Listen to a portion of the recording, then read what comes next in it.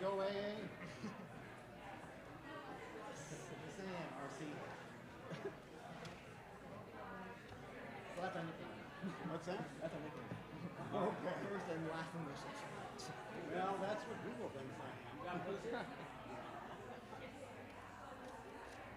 Maybe if I put a picture. Yeah. Really nice to see from the face. That's actually a pretty cool logo.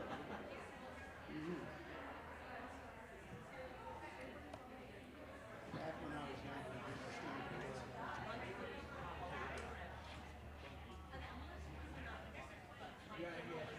Hey, Paul.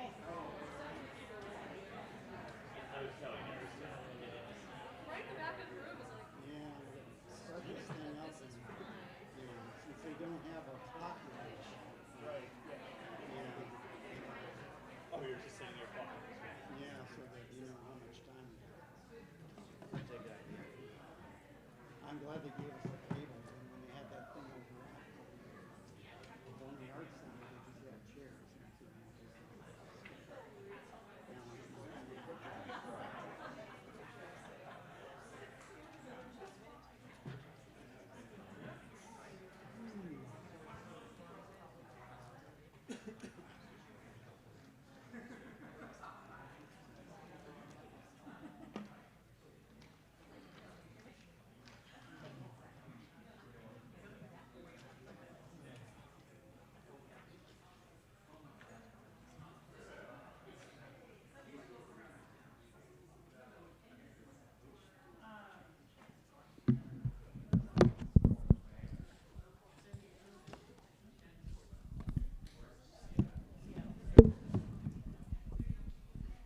Just to show you we mean business, it is 5:30. All right, can you hear me in the back okay? Of course, you could probably do that without a microphone. Okay. Good evening, everyone, and welcome to the 2026 Mountain View City Council Candidate Forum, hosted by the Mountain View Chamber of Commerce. I'm Peter Katz, President and CEO of the Chamber, and honored to be your host and your moderator. As you know, the Chamber is the voice of business, helping our local storefronts, large corporations, and community at large grow and thrive together. We advocate on behalf of businesses, host public forums, like tonight, provide tools and services to help our local economy, and put on major events such as the 54th Annual Art and Wine Festival happening in just 2 weeks. I figured that'd get an applause. And the 11th Annual Oktoberfest, October 10th and 11th. Yes, this is a shameless plug, but we need some more volunteers. So if you haven't volunteered yet, there's a flyer in the back that gives you the address to do that. All right. As you may know, 3 seats are open in November for City Council. Tonight, the Chamber is pleased to welcome all 8 candidates to the forum. From left to right, we have Samuel Ali, a Google security specialist. We have Alexander Amoroso, U.S. Army officer. Robert Cox, retired Intel project lead. Paul Donahue, engineer. James Kuzmel, software engineer. Celia Paymer, a Los Altos high school teacher. Eric Poican, community organizer. And Ida Rose Sylvester, entrepreneur and local activist. Let's have an applause.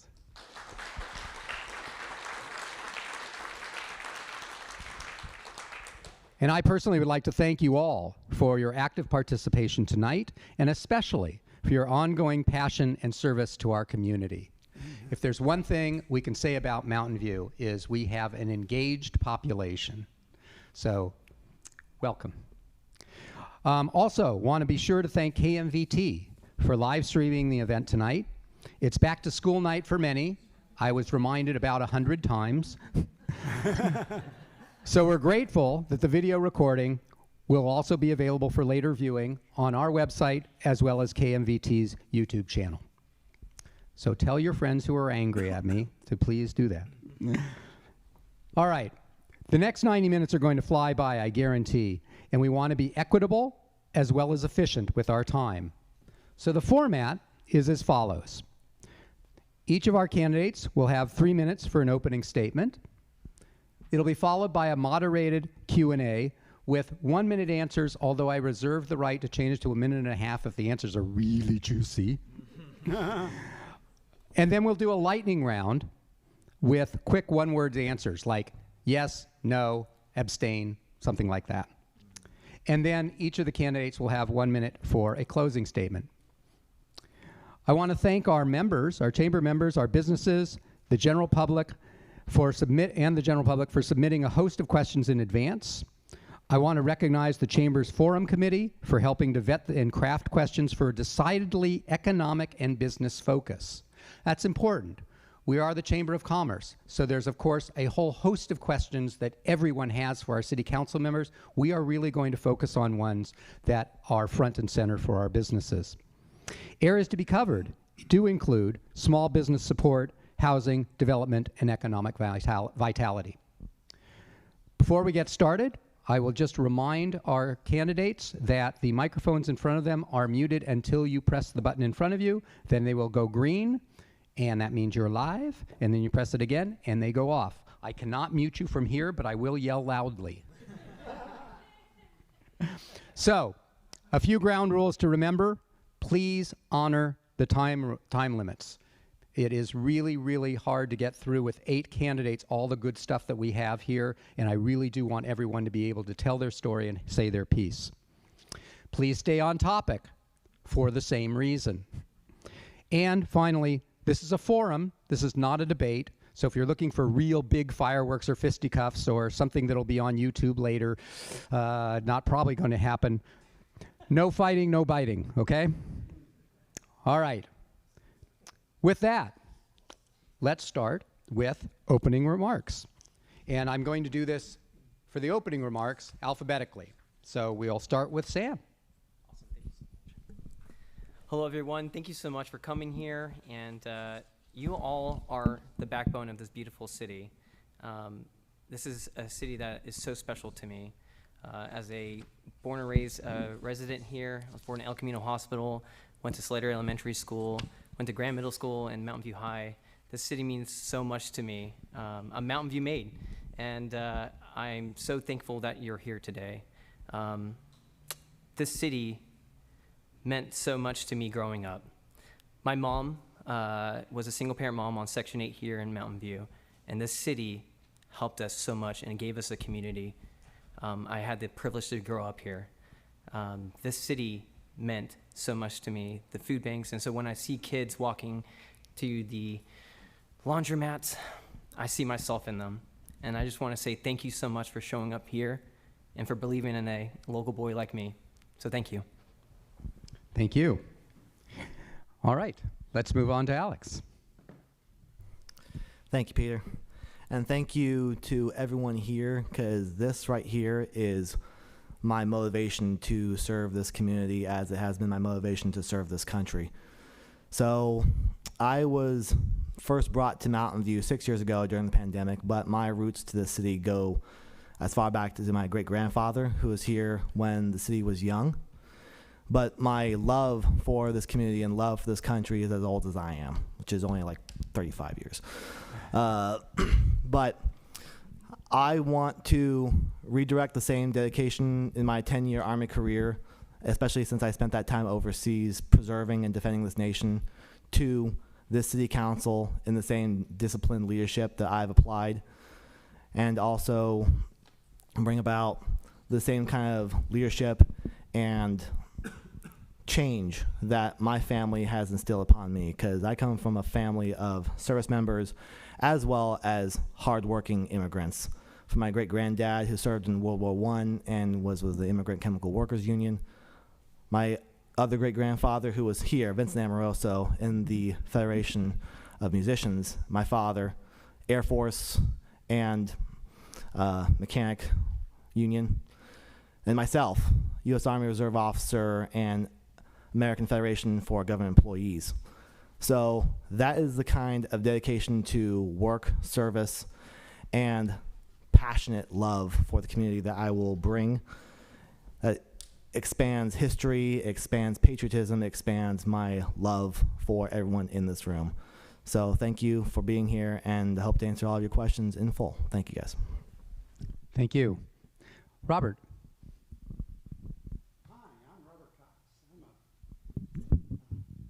I'm a 31-year Mountain View resident serving our community for the last 17 years.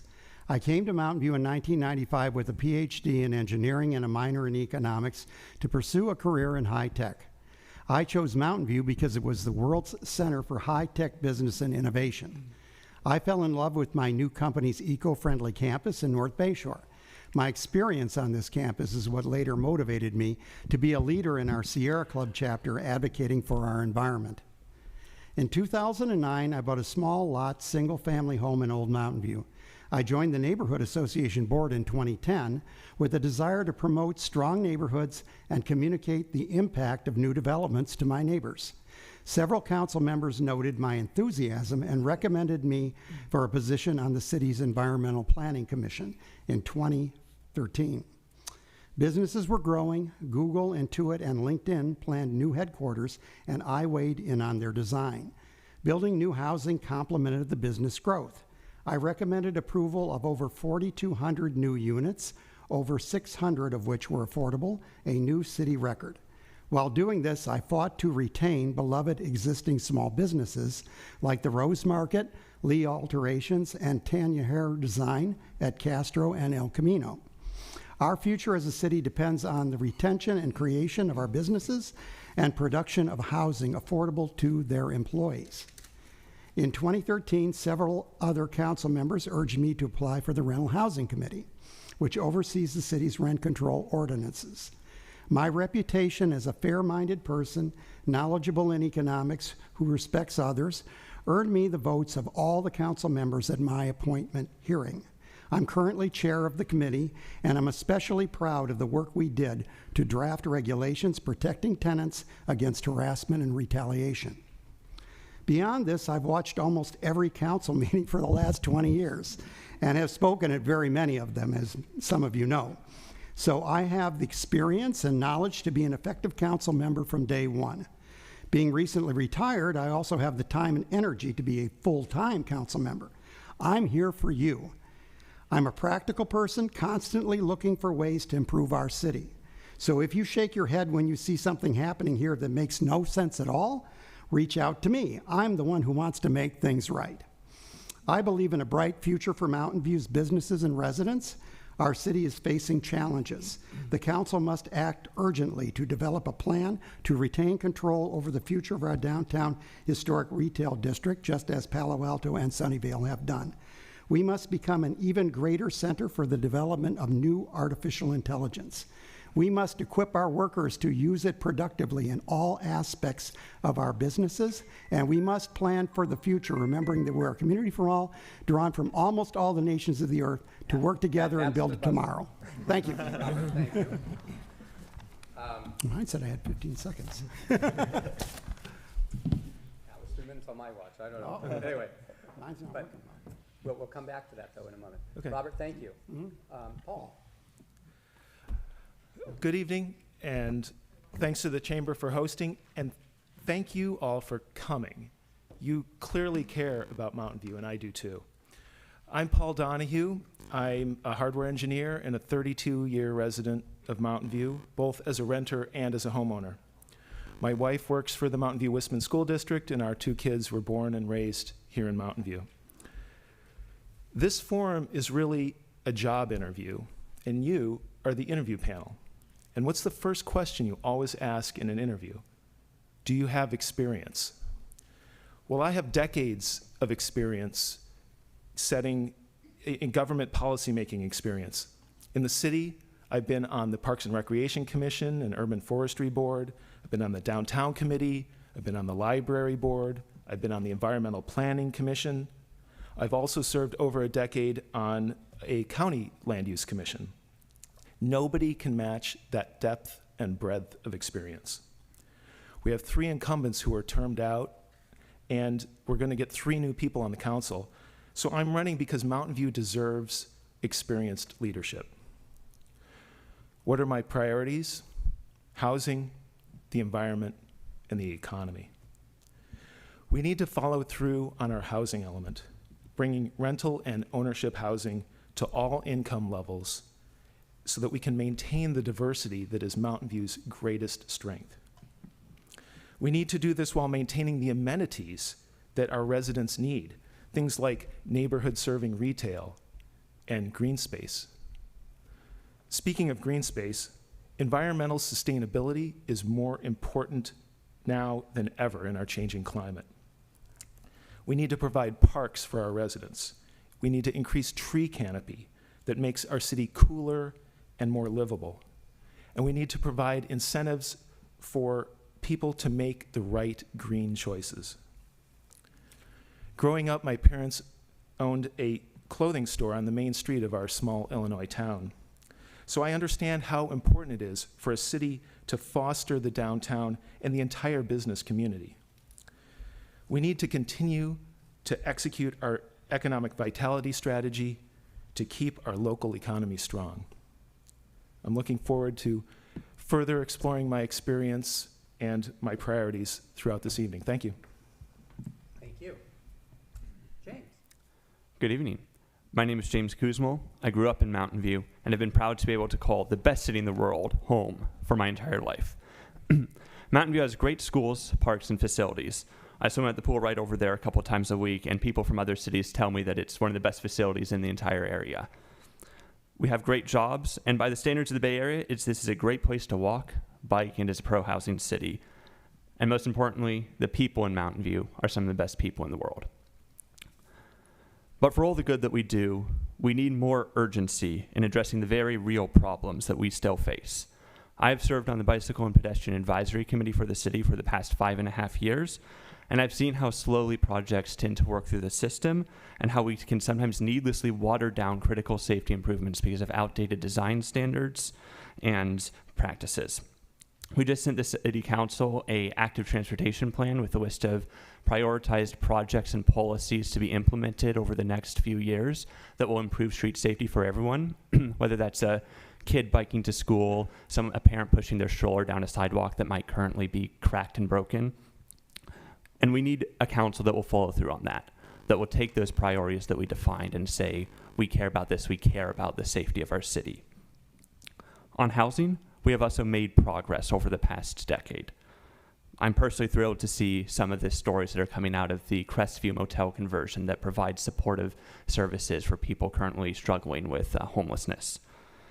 But we do need more to truly solve this housing crisis locally and regionally. In 2023, I pushed to make the city's housing element for the 8 years between now and 2030 include as many good programs as possible to remove needless requirements, allow more affordable housing to be built with specific commitments, and have predictable permitting processes for the city so that housing wouldn't get mired in unpredictable city permitting. Some of those promises have been kept, but there's some things still left to do between now over the next 4 years, and I will work to actually implement those policies. And housing means we need businesses for the new people who are joining the city. We need to make sure that we are zoning for the businesses that we need, that we follow through on the economic vitality strategy that the City Council passed and has passed some of the initial segments of. And we need to follow through so that it is easy to start a business here, it's easy to operate a business here, and it's easy to get people from their homes to said businesses. And finally, we need to protect our most vulnerable residents. We live in uncertain times, and with federal immigration enforcement, with the federal government threatening local cities, we need to have people who will stand up for our principles and be willing to fight for the most vulnerable residents among us. Thank you. With 3 seconds left, thank you. Thank you very much. Celia. Thank you. Good evening, members of the chamber, business leaders, neighbors, friends. It was really fun to come in today and see so many friendly faces, both new and old. My name is Celia Paymer. I'm a 20-year resident of Mountain View. I'm a high school physics teacher, a mechanical engineer, and a mom of 2. I'm running for city council because I love living here, and I do believe it is the best city in the world. And I think we can take a next step to make it the best city in the world for kids to grow up in. Leadership is not about being in charge, it's about taking care of those in your charge. As business leaders, you understand that concept better than anyone. You care for your employees and for your customers, and as you build systems, manage budgets, and invest in the future, you still take care of everybody because you care about the long-term viability of your organizations. When we make Mountain View safe, sustainable, and vibrant for our children, we aren't just making good social policy, we're building the future of Mountain View. A family-friendly city is a business-friendly city. When parents know their children can walk or bike safely to school, they also know that they can trust them to walk downtown and buy absurd gallons of boba tea, right? They become our consumers as well. And when our workers can afford to live near where they work, and when our public infrastructure is green, resilient, and modern, we attract and retain the top-tier talent that innovate and enhance our companies. On council, I won't ask you to choose between economic vitality and community well-being. I bring a pragmatic engineering background to solve our complex urban problems and a teacher's long-term vision to manage our resources smartly and create systems that work efficiently and effectively for many different people with many different needs. On council, we can expand our housing stock and build multimodal transit networks that reduce traffic congestion for your commuters. We can invest in safe streets and native green spaces that lower total living costs for families while creating vibrant, walkable commercial districts where local businesses thrive. The health of our people and the health of our economies are intrinsically linked. When our kids thrive, our families stay, our workforce stabilizes, and our local businesses flourish. I want to co-govern alongside our business community to make sure Mountain View remains innovative, competitive, and above all, a safe place for our next generation. Thank you, and I look forward to talking more with you about your stories and your needs as well. Thank you very much. Eric. Thank you. Good evening, everyone. My name is Eric Boycon, and I'm running for City Council. Simply put, because I believe Mountain View should be a city where residents can live their entire life. That means growing up here, getting their first job, raising a family, and being able to grow old here. That vision is personal to me. I was raised by a single mother of 4 who taught me and my siblings todo en la vida se puede. Everything in life is possible. I have experienced homelessness and relied on rental and food assistance to survive. I have lived side by side through many of the experiences members of our community go through on a daily basis, having to choose between food and rent. I've been blessed with a job as a community outreach worker, allowing me to help residents access the same benefits that help me persevere. However, these experiences showed me that there's much work to do in order to ensure everyone feels welcome here in Mountain View. My 4 council priorities include, first, affordability at every stage of life. We need childcare working families can actually afford, strong youth programs, and support that helps seniors remain independent and stay within the community they've helped build. Second, housing that works for people that live and work here. I'm a pro-housing, a pro-tenant candidate who wants to provide a full range of options, such as missing middle housing and transit-oriented development, paired with strong renter protections, preservations for our mobile home communities, and humane transition plans with safe, realistic alternatives when a city displaces project displaces RV residents. Roughly 6 out of every 10 residents are renters here, and I believe our voices deserve to be on that council. Third, safe and healthy connected neighborhoods. Making sure Vision Zero is fully funded, expand safe walking routes in every neighborhood, and safer streets and preserve practical parking for seniors, people with disabilities, our workers, and small businesses. I believe that safer streets should create more choices, not new barriers. And last, community involvement that is more than a procedural checkbox. I want to advocate for pop-up city hall hours, early neighborhood briefings, stronger language access, and clearer processes for our residents, small businesses, and nonprofits. I strongly believe that meaningful outreach can build trust, improve decisions, and help projects move forward with a stronger community backing. Through this forum, I hope to give you a clear sense of what I stand for, the approach I'll take when Mountain View faces issues, and why I'm asking for your vote. Thank you.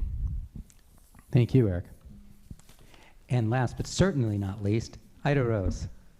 Good evening. I'm Ida Rose Sylvester, and I'm running for City Council because I care deeply about this community, and I know how to bring the people together, turn ideas into action, and to get things done.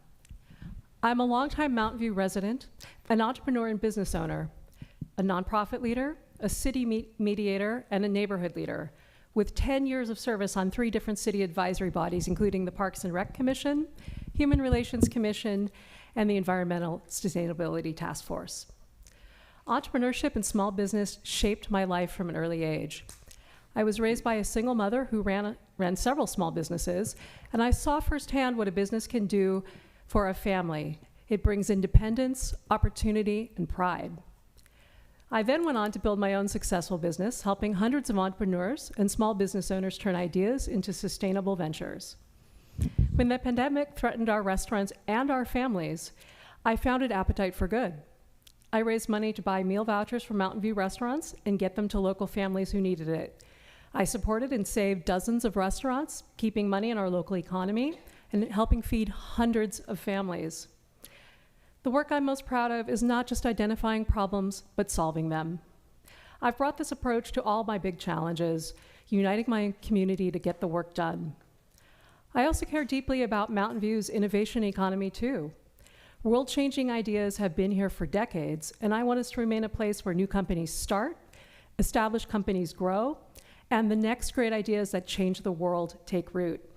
I'm currently planning an event focused on Mountain View's innovation economy and what it will take to keep that business ecosystem thriving. Stay tuned.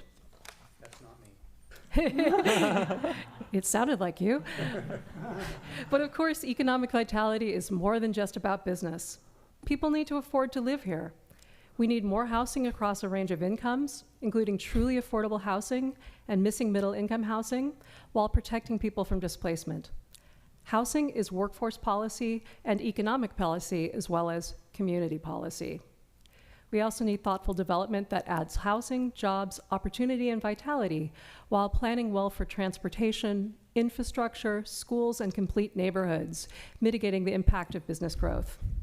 And we need a city that is environmentally sustainable. Clean energy, safer streets, more trees, resilient infrastructure, and public spaces are what make Mountain View a place where people and businesses want to be. I bring to this race more than a breadth of experience. It's a record of results, bringing organizations, people together, moving policy, creating programs, and bringing unlikely partners together for our mutual success. I stand up for people when it matters. I'm optimistic about Mountain View's future, and I'm ready to bring that approach to City Council. Thank you very much. Perfect, even with the interruption. Thank you all for your very thoughtful opening statements. I think you all in the audience are getting a feel for where these candidates come from and kind of where their thought processes are. So now we're going to focus on some of the key issues that face a lot of our businesses. And I don't want the end of the table to feel slighted, so I'm going to start at the end of the table. Ida Rose. The city's vision statement is a welcoming, vibrant city that plans intentionally and leads regionally to create livable, sustainable neighborhoods, access to nature and open spaces, and a strong, innovation-driven local economy. So, what should the city do to foster a strong, innovation-driven economy? Thank you for that question. Well, as I mentioned, small business innovation is something that's uniquely interesting to me because I ran a business that helped small, innovative businesses succeed. For Mountain View, I think one of the number one things we need to do is tell small startups and innovation that you are welcome here. We want you to build your company here, start out here, build jobs, manufacturing, create the local economy that we need. You are welcome here, and we will help you. We need to be better about getting out of businesses' way, making things easier and faster for them to succeed. We need to become more of a concierge to our small businesses and less of a bar bouncer that makes it difficult for them. So I think I've been talking to a lot of innovative companies. They want to be here in part because we have Google that sort of spawns and encourages other businesses. And many of them say they don't quite feel Mountain View gets their importance to our future economy. They also care about the other kinds of things they need. They want that complete and vibrant community. They want housing for the people that work there at all levels of income. They want a city where their employees would like to go shop and eat and have a good time. They want beautiful parks, beautiful space, and the environment cared for. But again, first and foremost, they want to feel like Mountain View cares and encourages them. One final thought, I'm looking at a model from the city of Irvine, which is bringing together entrepreneurs, venture capitalists, money from the city and from other sources to create incubators and workforce development in the city of Irvine to support those local companies. And I think that's something we could look for here. Thank you. You actually hit the timing on the button, but I'm giving everybody 1 minute and 15 seconds because this is the first go round and I wanted to go a little easier on you. So, with 1 minute and 15, Eric. Can you repeat the question one more time? Sorry. Absolutely. The city's vision statement is a welcoming, vibrant city that plans intentionally and leads regionally to create a livable, sustainable neighborhoods, access to nature and open spaces, and a strong, innovation-driven local economy. So, what should the city do to foster a strong, innovation-driven economy?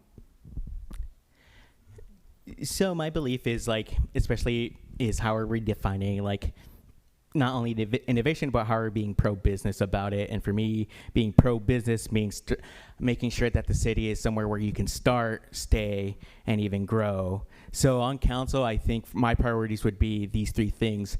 First, being able to set clear expectation and clear timelines when it comes to business permits.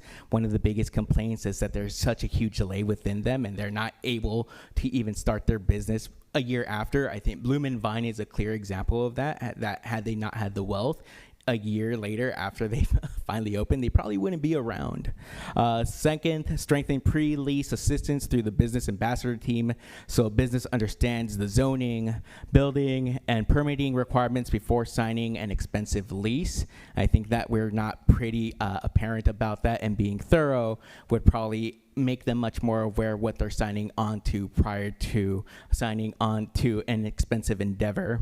Lastly, track retention, closures, long-term vacancies, and reoccurring barriers, not just focus on which businesses we've opened.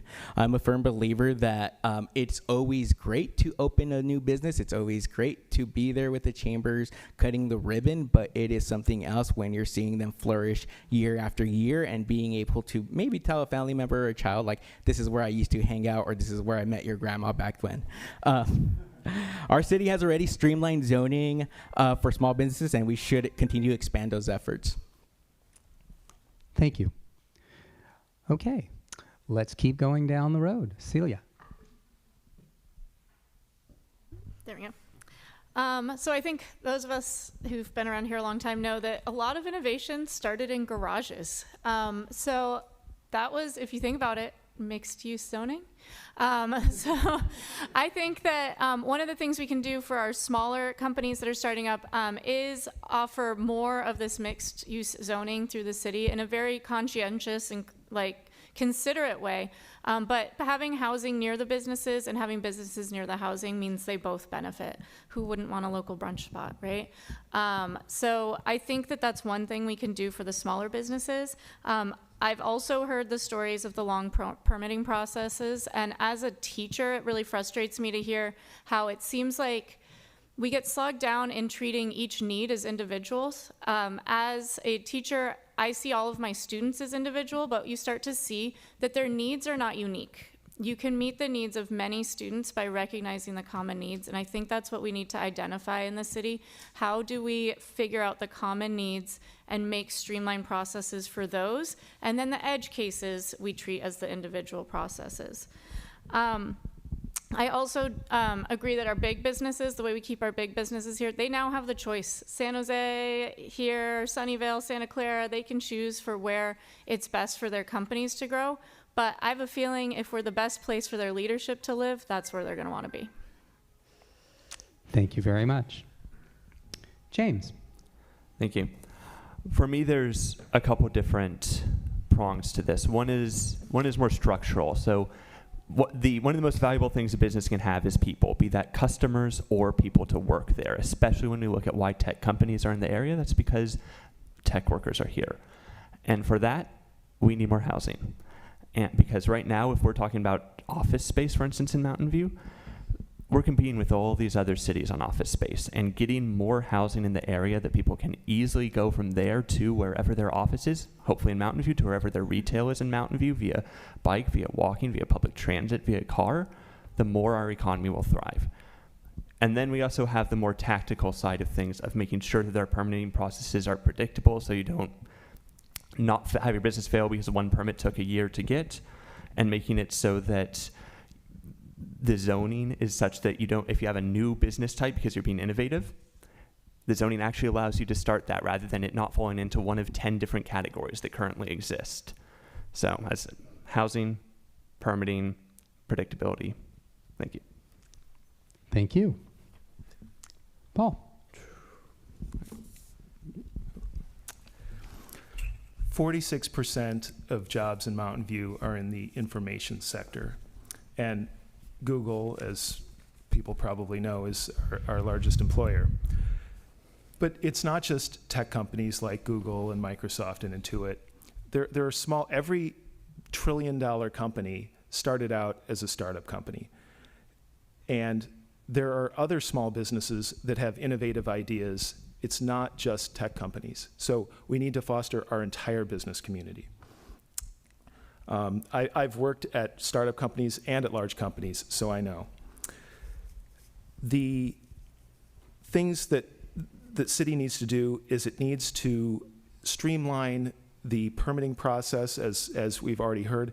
That's something that I've done on the Environmental Planning Commission, which oversees zoning and this type of thing in the city, to eliminate change of use permits, and to, which no other city had, to for businesses under 4,000 square feet, to cut to the chase, to not have to go through a planning permit process and then a building permit, to just go straight to the building permit process, because that was costing businesses up to 6 months of extra time and $10,000 of additional costs, which is a real killer for small business. Thank you.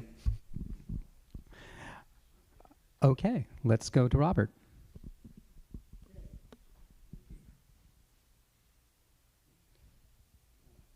And by the way, just so you know, everyone has been getting 1.5 minutes, not 1:15 minutes. I see Robert is actually keeping me honest here with the timer, but just so you know, everyone has had that. First of all, I think, to have an innovative city, we need to make it easy to start a business in Mountain View. And this year, the City Council has taken important steps to streamline permitting, but we can do more. People who want to start a new business in Mountain View, they could get guidance from city staff before they sign a lease, as Eric mentioned. We should have a simple permit application, a single point of contact in city staff to guide them through the permit process. And we should set a goal of getting new business permits approved in lightning time, like 30 days or less. AB 131 for housing says we need to get stuff done in a certain amount of time. So we can do this for permitting too. Another thing is for large companies, I think a city needs to check in on our 10 largest employers periodically to find out what do they love about Mountain View, what are their obstacles, and what can we do to deepen the relationship, because a lot of our employment comes from that. I think that we need to have a strong Chamber of Commerce that works together with the city to brainstorm the city's business future and cooperate on events that highlight our city's strengths and draw people together to patronize our businesses. So like Art and Wine Festival and Tech Showcase. And it means to provide the infrastructure to make businesses successful, including public safety, transportation and its management, and utilities. And have a tax structure that is competitive with other local cities doing the same business. Well, as much as I love it when you say the Chamber of Commerce and could listen to you all day, let's move down. Alex, please. So, in the words of Abraham Lincoln, labor precedes capital. So the main focus of my campaign is jobs, jobs, jobs. And I've had the privilege, given my position in the Army, to work with individuals and programs called P3 for P3. So P3 stands for Private-Public Partnership, where we have assisted folks who are reservists and families to find work nationwide. So what we would do is mobilize the city through our own internal micro version of that called P3 for Mountain View, where we help not just residents find gainful employment with preceding wages, but also folks who are on the street, especially if they are veterans. So once we get the labor force grounded and also housed in workforce housing that we corroborate with industry on in these areas, we will meet the essential housing element as well as the essential employment element for folks, whether healthcare, childcare, education, and especially mechanics and IT. Because again, with tech, we can mobilize for a greener economy when we hire green jobs and green employees. And that's throughout the entire area. And I've done this on the military level. And now with the governor giving us a $48.5 million boost through the Jobs First investment initiative, we can pull into that money to better invest in our local economy and our jobs and get folks buy-in. Thank you very much. Thank you. And Sam? Hello, everyone. My thing would be simple. City Hall should be your partner. It shouldn't be an obstacle. When you start a small business here, you're taking a risk, and Mountain View should meet that risk with you. I think we could do something more for our small businesses, our businesses that we have here, with social media. Hey, you come to Mountain View, you bring your dreams, you bring your goals. Mountain View is going to support you. We could do something like a year-long social media campaign and get your business thriving.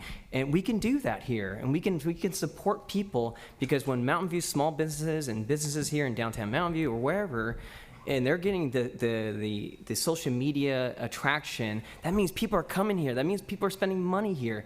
That means the businesses are growing. That means more jobs for everyone here in this community.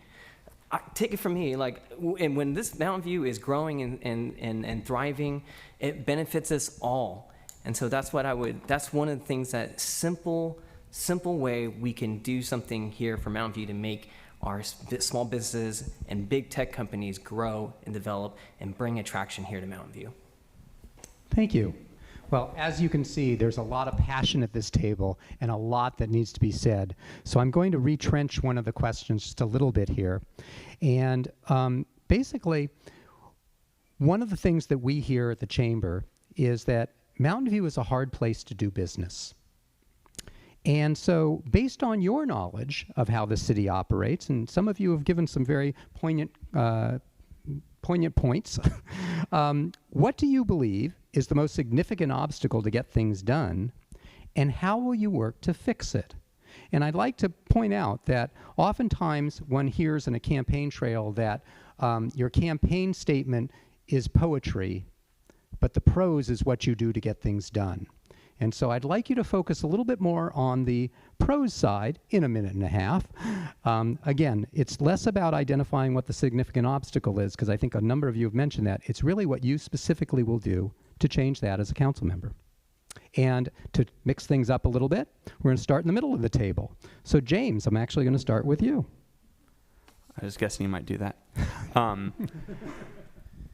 There's different categories of business in the city. I spend a lot of time dealing with housing because that's an important issue to me as someone who rents and grew up in the city and knows a lot of people who can't afford to live here anymore. And one of the things I specifically fought for, and which would be something to continue that type of thing on council, was in the housing element process, I asked for specific reductions of parking mandates in certain areas of the city and advocated the city to include that, and the city council passed that, similar to how the city council with the economic vitality strategy passed the removal of certain parking requirements when you're converting a business use, so you don't change your business type and suddenly need to double the amount of pavement you have in your driveway, and that makes it economically infeasible.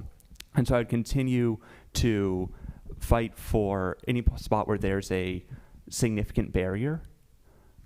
Take those, and if we can just remove them. If they're more complicated to remove, they require changing staff processes, talk to staff, talk to businesses, and figure out how we can go ahead and just do that. Because sometimes if we write it down and say we're going to do it, we can just do it. We don't need to spend a decade arguing over it first.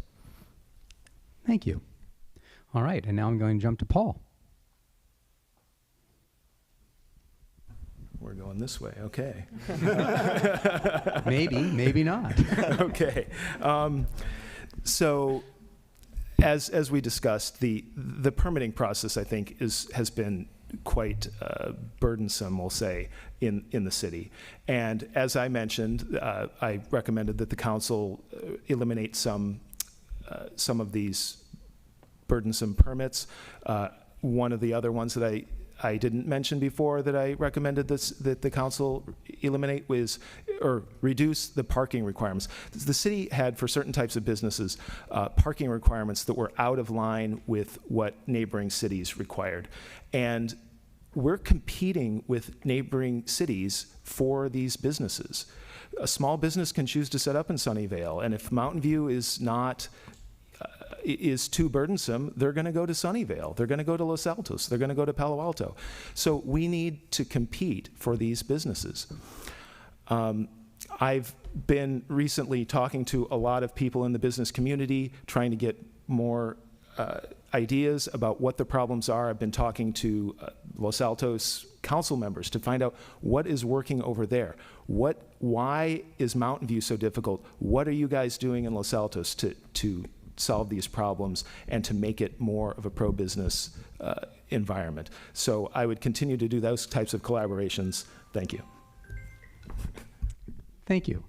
And no, I'm not going straight down the line. I'm going to jump now to Celia. Yeah, on our toes. So I don't disagree. I've already kind of talked about how I feel the permitting process needs to be changed as well. One thing I've heard from quite a lot of people in Mountain View is they do notice the vacancies. And I've talked to some people on Castro who've been trying to start business or actually reopen a business. And one of the big hurdles is trying to get the landlords involved. Sometimes they're very disengaged. And I think I've seen the city's done a really great job along Castro, filling a lot of the holes, but just off Castro, you start to see them again. And so I think the economic vitality plan the city's put in place has been a really useful carrot for those who are looking for a carrot and want to really engage with the opportunities. But I do think we maybe need to look into some sort of vacancy fee sometimes you need the stick as well as the carrot to make sure that our landlords want to engage and are looking to be competitive in terms of signing leases. The one I talked to, they said they weren't interested in signing a lease because they had one, even though that person was no longer paying. So it seems like apparently we need to encourage them to transition to the new leases and bring in new people so that we all get to benefit from these businesses. Thank you very much. And now we're going to jump to Robert. All right. With that permitting process, I tried to dig into it a little bit, and I found out that some people have told me that it's taken them a year or a year and a half to get the permitting going, and they turn the papers into the city, and then it's like another month before they hear back to them. And that's why I say a single point of contact could help in making sure that when you turn your stuff in, you get an immediate response.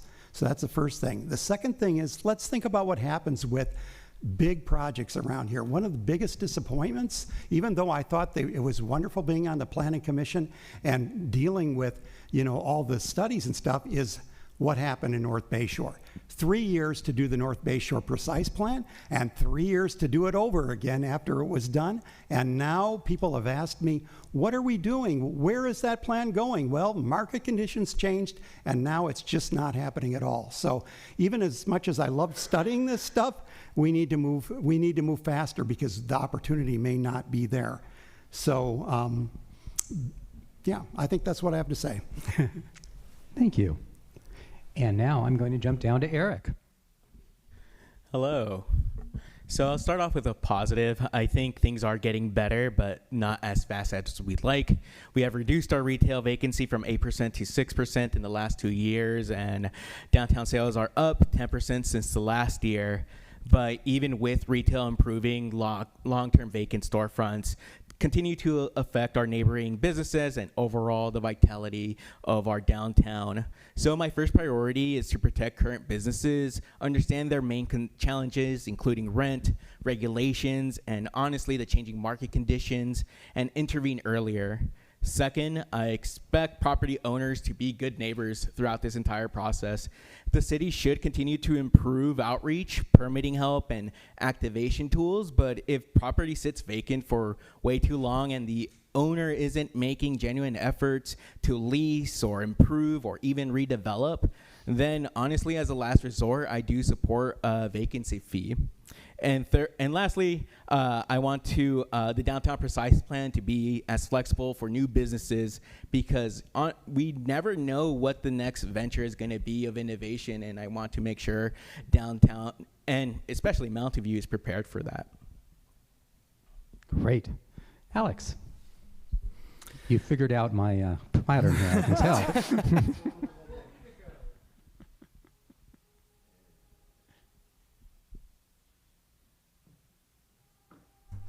Thanks, Peter.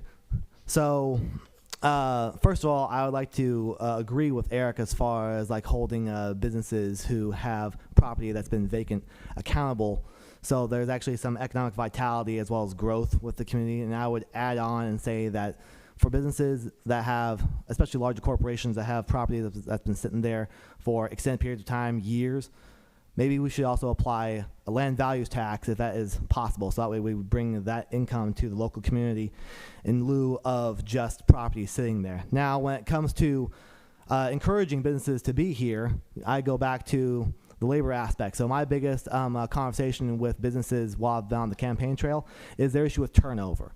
So a lot of businesses can't keep the employees that they want to keep here, and to keep their businesses thriving is because they don't have the prevailing wages, they don't have the support in order to help these businesses thrive and have the labor that they need. So corroborating with organizations like NovaWorks and corroborating with developers on their needs to maintain employment in this area, and also make sure that it's not too expensive for them to stay there. So, for example, location.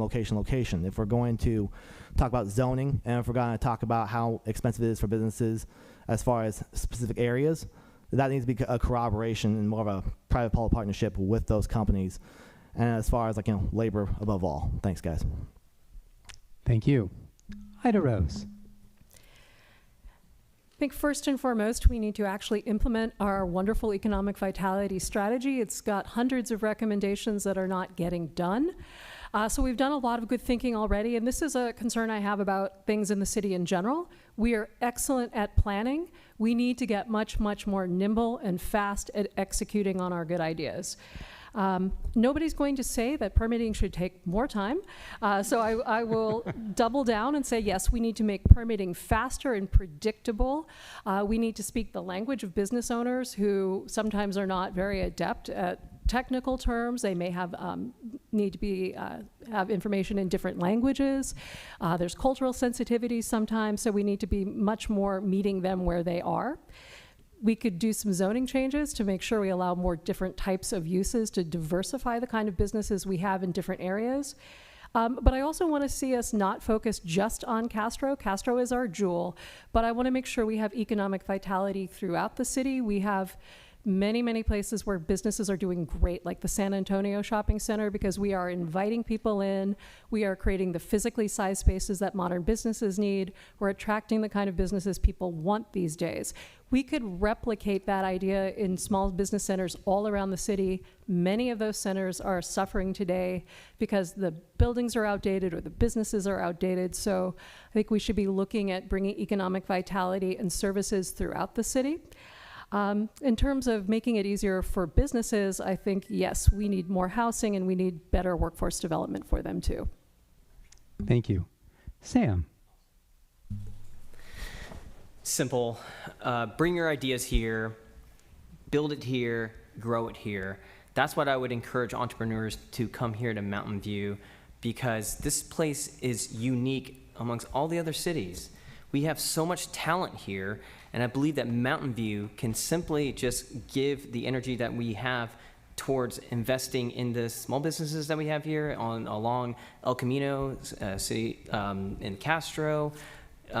What I would simply just say, like, we should be, you shouldn't have to have a PhD to open a business in Mountain View. It should be simple. It should be easy for anyone to be able to do.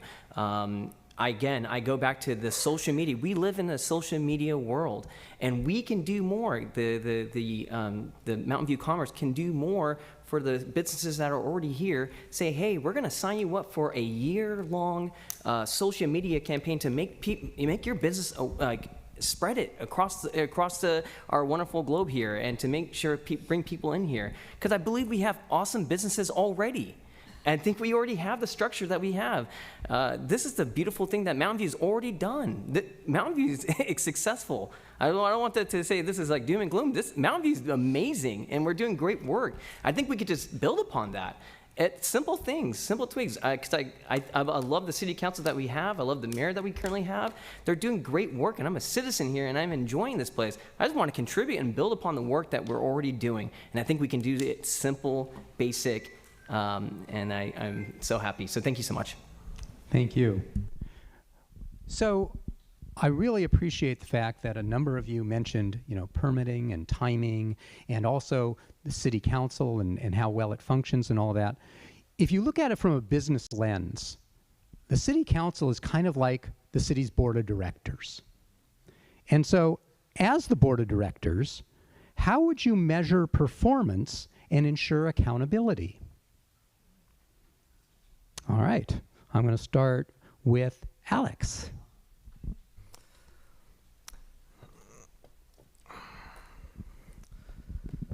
So accountability is my bread and butter as an Army officer. So not only am I enforcing accountability with soldiers that work for me, but also corporations and contractors that work on the federal side. And that's the kind of education experience that I'm bringing to this conversation, because with contractors that are contracted with federal government, there is this specific standard in terms of how many folks they can employ, what project they're working on, and what needs to be done, and what time frame that needs to be done. So I would bring that same sort of energy and standard to contractors that work with the city, whether it's a housing project, a business development project, and if they're not meeting those standards, then that business needs to be taken somewhere else.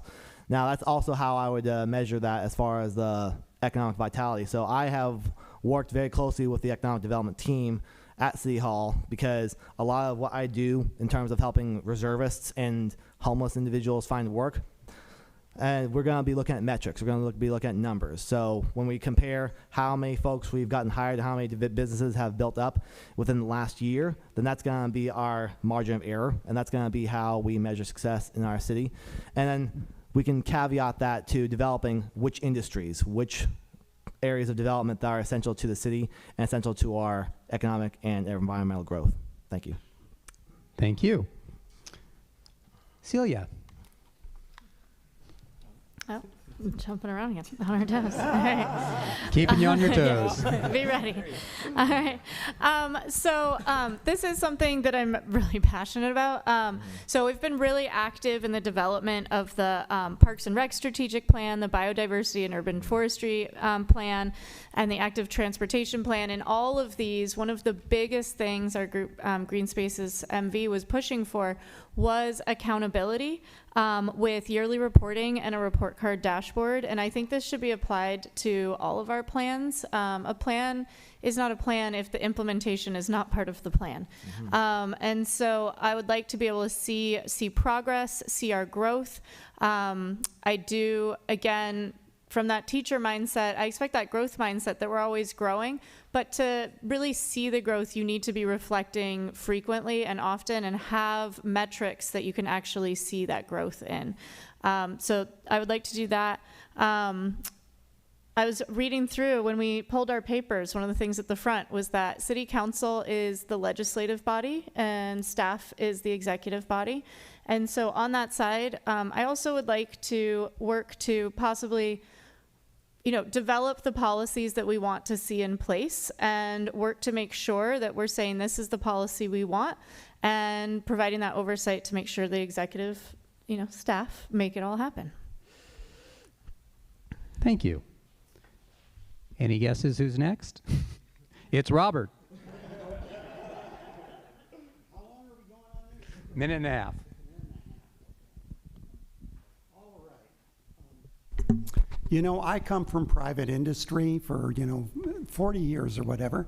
And the first thing that we always do when we try to figure out what we want to accomplish is set a goal, figure out how you're going to be able to measure it, and then determine whether or not we were successful or not. And I've been looking at, through these years, I look at the plans that we generate, and they have some very positive things.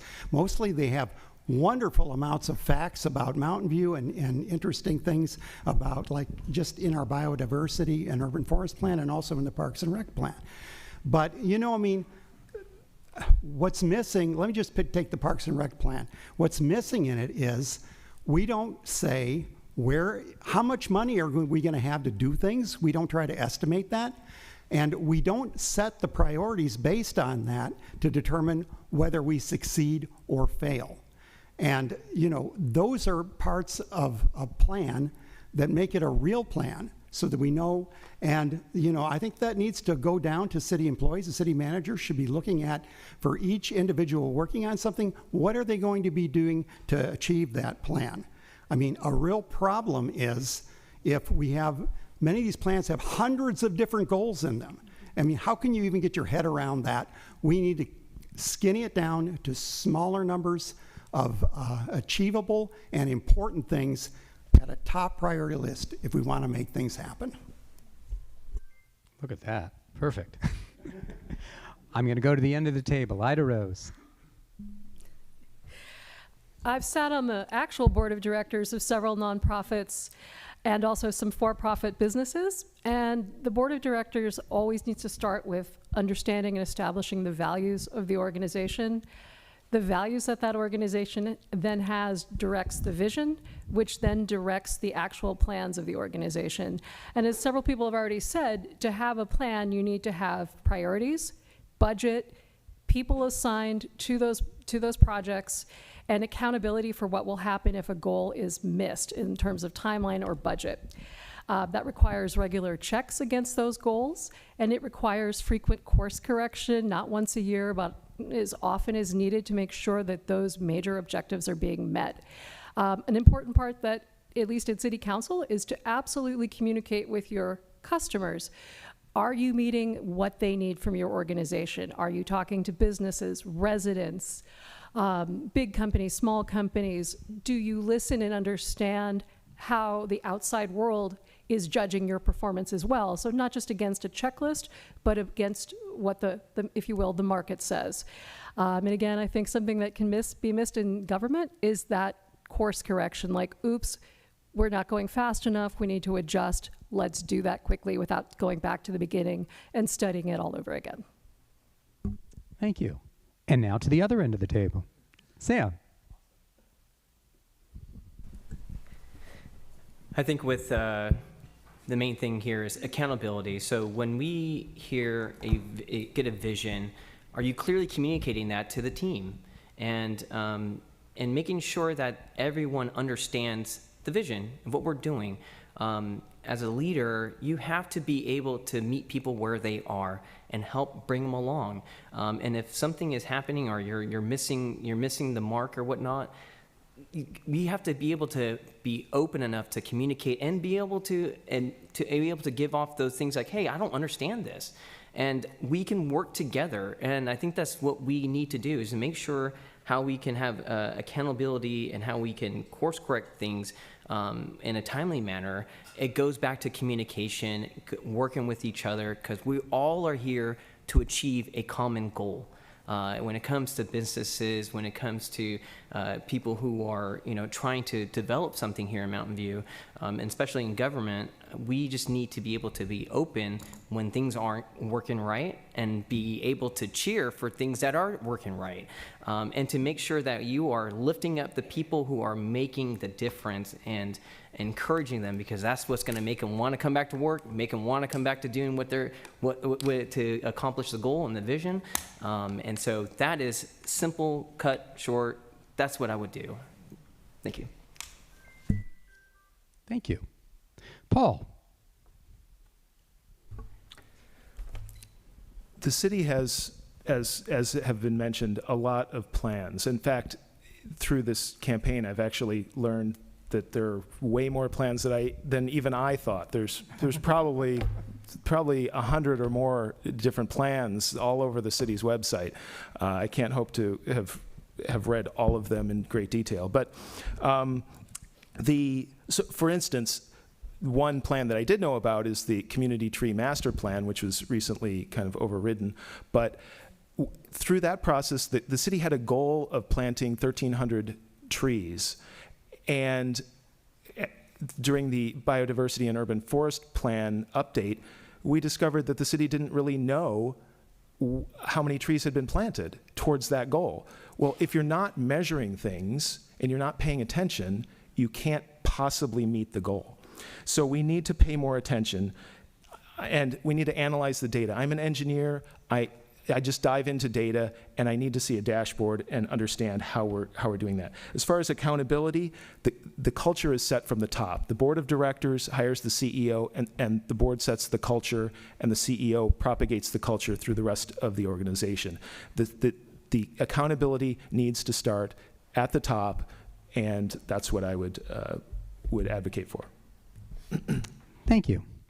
Eric. My heart was beating fast. It's like, who is it? It's exciting. For me, accountability means outcomes people can actually see. Mountain View already tracks performance and permit activity, and I want to make sure that we're using that data to identify where businesses are getting stuck and what city needs to improve. I want Mountain View to be a place where businesses can, as I mentioned before, start, stay, and grow. And we should measure that whether it's actually happening and ask ourselves, if we want Mountain View to be a place where business can start, are businesses opening faster? Are applications moving through without any snags? And once they're open, are we able to retain them? Those outcomes are things that council can measure. If the data shows that we need more staff, then we can talk about that. And if the problem is that outdated processes or policies or a bad handoff between departments, then that's something as council we should be able to address and fix. For me, it's about setting clear expectations, measures that have actual results, and focus on what needs to be improved. Thank you. James, I haven't forgotten about you. Excellent. For me, for almost every topic, there's a strategic goal and a tactical goal. So in housing, we need to build a certain amount of housing and get rents down a certain amount. But by the time we measure that in 4 years, people have already been paying too much. People have already been pushed into homelessness because of the high cost of housing. And so when we look at things like Assembly Bill 130, which requires that we have certain permitting timelines, we should actually have dashboards and clear data as to how long the permitting has taken. I've asked the city's community development director to have more transparency on how long permits are taking to understand where the actual problem spots are and then go fix those before we have a bigger problem. On the city's active transportation plan to improve biking and walking in the city, we have a Vision Zero goal of getting 0 traffic fatalities in the city by 2030, but when we check then, it'll be too late. And so we need to have specific measures for the city in our active transportation plan, which we do have some, to make sure we're building enough projects. And lastly, to compare the city to a business, the city staff are amazing. You don't go into city government unless you want to help.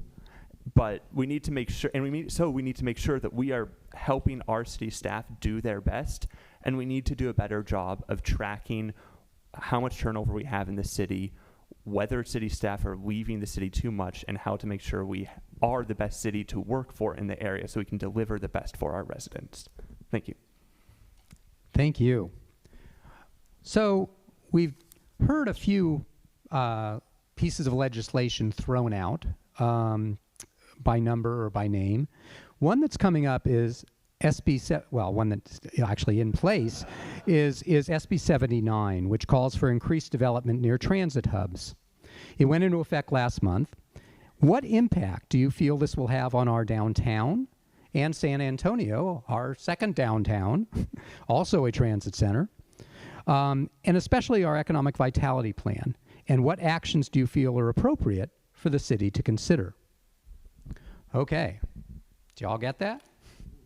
All right, so I'm going to start at this point with Eric.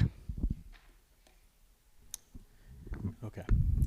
So I believe that SB 79 introduces a conversation that we should have about how we want to build our downtown. I think our focus should be more on the tools we have and moving with those tools with more urgency. Council has already directed work on objective standards and transit-oriented development affirmative plan. I support having clear rules up front because I truly believe that if residents and both businesses know what to expect, and we'll be able to move more smoothly. My concern is timing. The Downtown Precise Plan update is on hold and isn't going to be scheduled to be heard until February, and I want to make sure that we're able to shape what we can locally control and not drag out the process for more years to come, because we know that gets more expensive over time. I think it's important to note that SB 79 doesn't impact our economic vitality strategy, and the work should continue to move forward, which means retaining our businesses, filling our storefronts, and strengthening our downtown and other business areas, right? Moffett, North Bayshore, and other so forth. So our goal should be making sure that we're building more housing, but also making a stronger downtown or stronger economy throughout Mountain View, not pitting them against each other in the years to come. Thank you. Go to Paul. So I was advised that not to spend any time giving context, but I think that it's important here that to give a little bit of context. So SB 79 says that by right, people can develop between 5 and 9 story buildings near transit stops, and that affects 21% of the city of Mountain View. Particularly near the 2 Caltrain stations at San Antonio and Castro. So, but it does allow the city to develop a transit-oriented development alternative plan. And that was something that I strongly advocated for on the Environmental Planning Commission last fall, that we get a alternative plan in place so that, because this one-size-fits-all approach from Sacramento is not really right for the conditions on the ground in Mountain View. It allows us to still develop the housing, but to shift it around to places that are appropriate in our community. So like I said, I would like to see an alternative plan put in place for both train stations, or at least investigated for both train stations, and that does fit into the Downtown Precise Plan and the Moffett Boulevard Precise Plan updates. Well, the Moffett Boulevard, it would be a new Precise Plan. But those 2 plans that are in the process now. So we need to have a cohesive, holistic approach to this. Thank you. And thank you for the extra context. I'm going to move down to Sam. So housing near transit is a great idea. I'm blessed to be able to live on Bush Street, and I take Caltrain whenever do we have any Giants fans in here? SF Giants fans? Okay, awesome, great. I get to enjoy taking Caltrain and going all the way to San Francisco and then coming back. I think housing near transit and going, I think that's beautiful, amazing. I just think that we need to make sure that when we're implementing this growth in our city, that we are making sure that we're not forgetting affordable housing when it comes to those developments. That we're thinking about everyone, not just people who can afford sky-rise buildings, but everyone, because that's what makes this beautiful city here in Mountain View flourish. When you go downtown Mountain View, it looks like the United Nations, and I love that. We get all cultures and all creeds coming here and investing into Mountain View. I think this is awesome. I just think that we need to make sure that it's for everyone. Thank you. Thank you. Celia. All right, so I guess I'm going to start with a little story. When I moved to Mountain View, I actually grew up in Palo Alto, so I still have a lot of connections there. Part of why I needed to move to Mountain View is I could no longer afford to live in Palo Alto. So I've been through that experience, and I do see that sort of happening in Mountain View as well. And so I see the importance in adding housing so that the kids who grow up here can live here. That's part of that future we're designing for our children. But within that, I remember when I was very pregnant going to classes in Palo Alto in one of their historic buildings, and I could not go to the bathroom. I could not close the door because my belly was in the way. And one of the things when I came back to Mountain View that I love about Mountain View is we retained that historic feel downtown, but if you go inside the buildings, we improved their functionality. We have full-size bathrooms. We have, you can walk down the hallways, even as a very large pregnant woman. And so that made me realize too, then later with strollers, I realized how much we need to be able to access these spaces for wheeled, tools of varieties for different people. And so that's what I want to do. I want to keep the feeling of that history while adding that function. And as someone who lived in Europe for a while and people who visited Europe, I think what we don't notice is what it's so amazing is they actually do have 4 and 5 stories everywhere. Around those plazas, go back and look at your favorite picture of that nice coffee you had in a plaza and look at how big those buildings they are. But they're beautiful. And so there is ways that we can add this density with beauty and with retaining this historic feel. And so I do hope with an alternative plan, with the downtown precise plan, and with objective design standards, we can sort of rise to this challenge and create the housing that we need while really still holding on to our feel of Mountain View and all the things that we love about it. Thank you. Thank you. Ida Rose. I will admit, a lot of people talk to me about SB 79. A lot of people are very, very concerned. So I would like to share the lens that I've been looking at SB 79 and how I talk to people about it. I definitely believe that we need a local alternative plan that looks at where we could build housing throughout the city, what neighborhoods could use more, where it makes sense. And I also think we need to work on our objective standards. And I think everyone here would agree to that.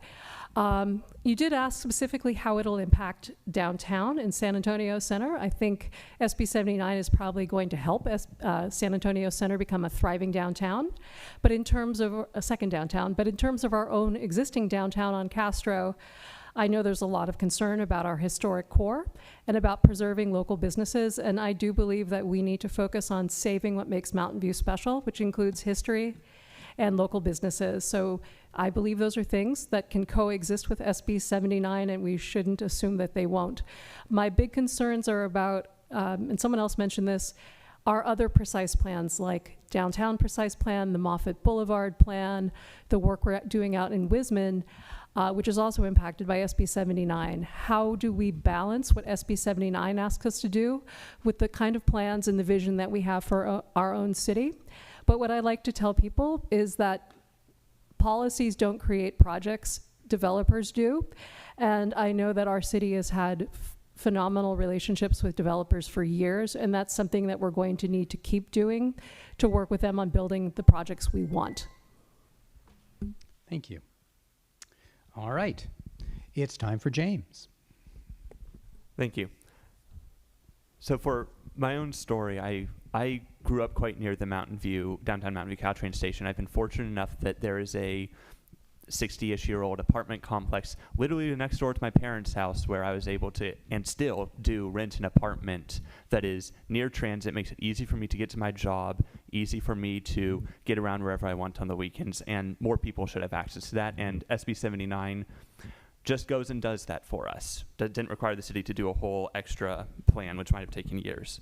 But there are things that we do need to do well in implementing SB 79.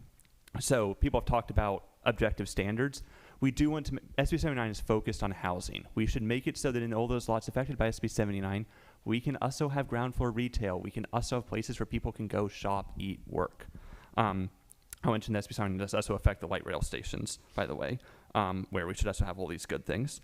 But on the local alternative plan, I am much more wary than some of the others here about trying to spend staff time on a local alternative plan. From the requirements of SB 79 are quite stringent about what you can include, and I don't want to spend another year of staff time not doing all these other permitting improvements we want to do, not doing all these other things for the city, and end up with an alternative plan that doesn't make anyone happy and doesn't actually produce better policy outcomes than the baseline SB 79.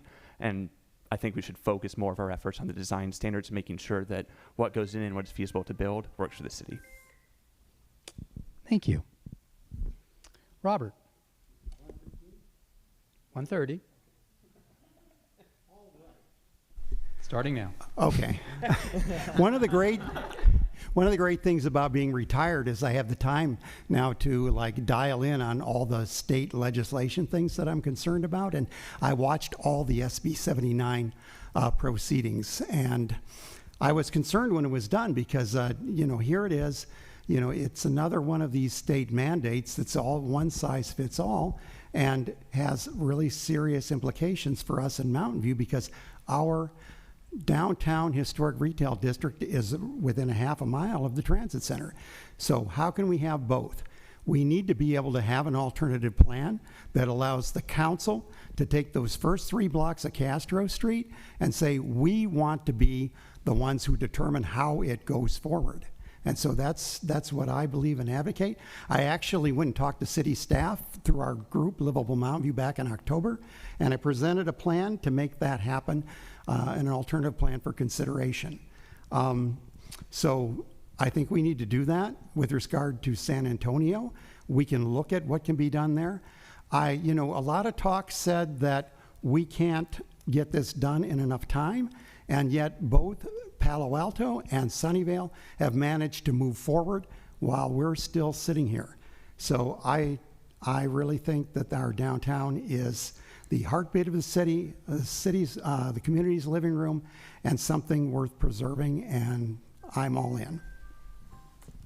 All right. Alex, I bet you know who I'm going to call on next.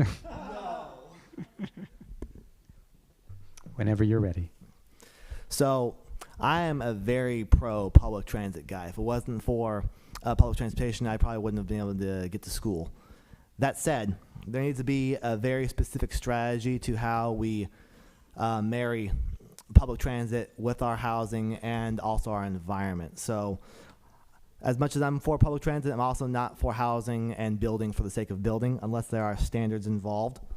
So when it comes to SB 79, I like the idea behind new transit next to housing, but also to the point to where we can always capitalize on our local infrastructure here in Mountain View. We have Mountain View Go. We have the local community shuttle. So instead of going the route of new transit next to existing housing, how about we build new housing with new public transit, new bus stops?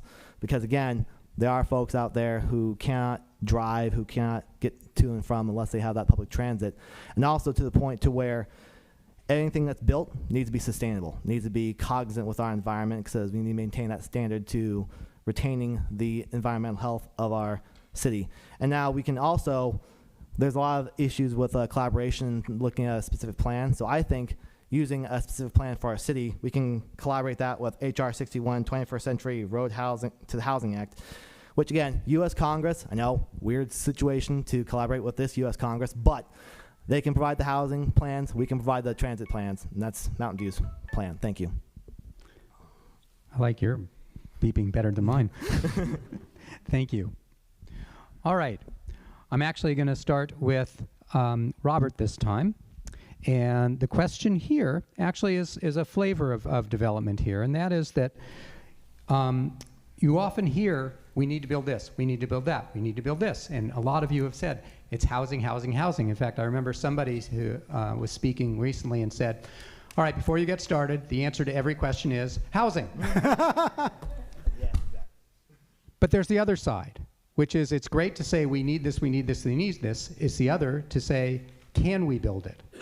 One of the things that the chamber was speaking out on the housing element was it's wonderful that we have these different areas as recommended for housing, but will it pencil out?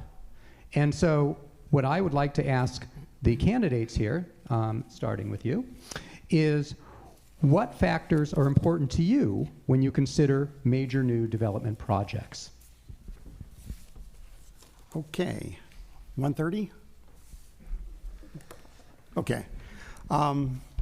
The first thing that I do as I look and I say, how is this going to be able to contribute to our community? So for a development project that is office, it's new jobs. something that's commercial, it's new services for people. And for housing, it lets people live closer to where they live and, just reduces greenhouse gases. And so those are all the kinds of things that are the goodness. And I would say that, the state right now is telling us that we have less ability to decide things, but it's still important for things like gatekeeper projects. And so I think those are considerations that we need to look at. The second thing I would say is I would look at how is it that this new project is going to affect the area around it.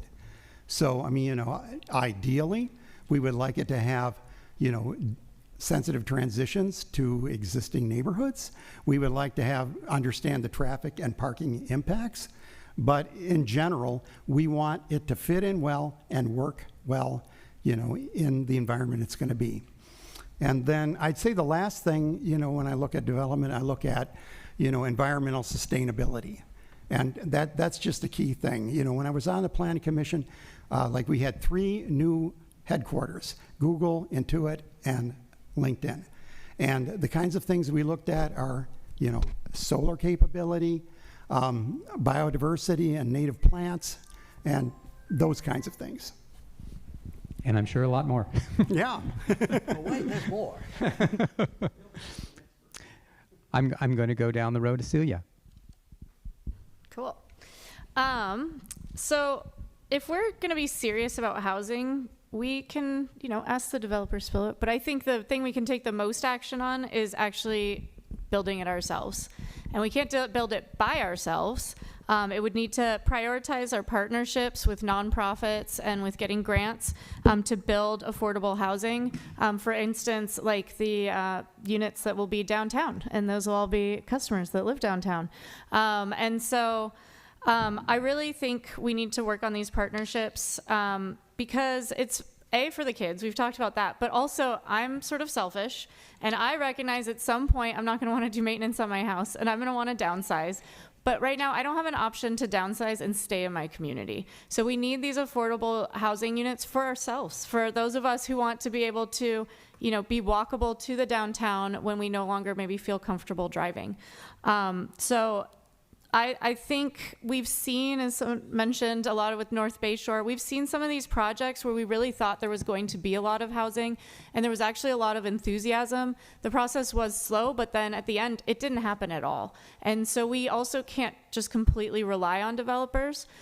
We should still support them. I think predictability and expectations really makes things move faster.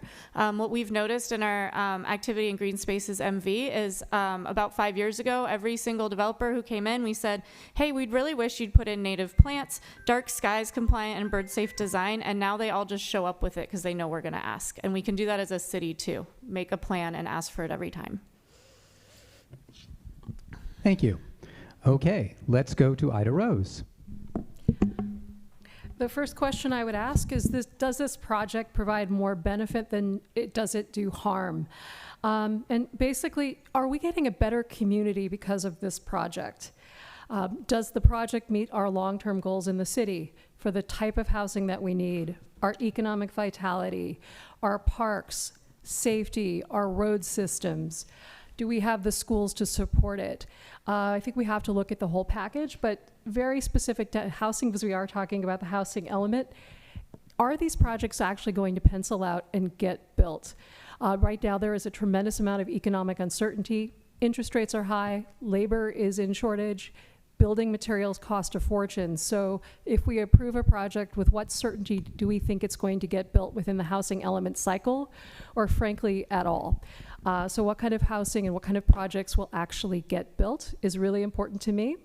As is, are we building the right kind of housing that we need? We know that over 50% of our city lives below 80% of the AMI income. So are we actually building the housing that people can afford, both as a renter and as an owner? And if not, I think we also need to question what kind of projects we are looking at and approving first and foremost. Thank you. All right, let's go to James. And there's a variety of new developments. I'll mention that most new developments, as a practical matter, if they're tearing up the sidewalk or the such, end up making local improvements. We've seen wonderful new North Bay Shore protected bike lanes with greenery that I'd love to see in more of the city.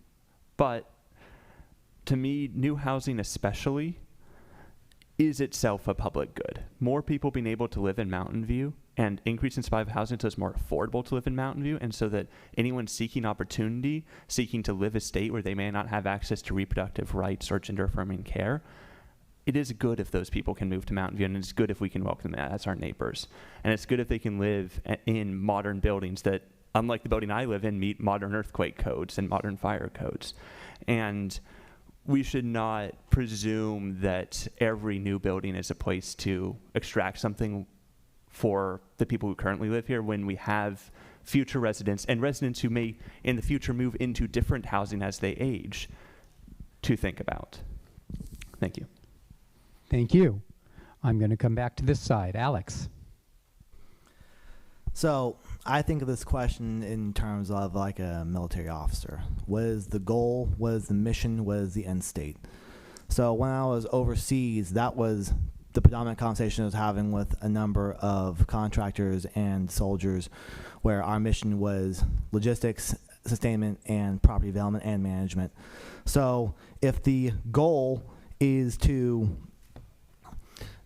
build our development and increase the expectation and success of folks who live here, then that is the goal we need to start shooting for. So in regards to this topic, because I know there was a lot of conversation about affordable housing and building things so people can afford to live here, I completely agree.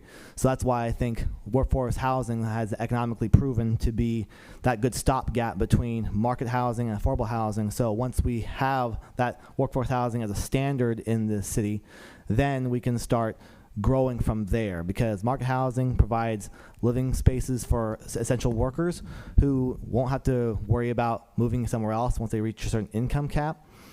And also, you have folks that are living here, they're not commuting from other spaces, and that brings a level of development and success to the city. Also, let's explore UBI. We've prototyped GBI in the city during the pandemic.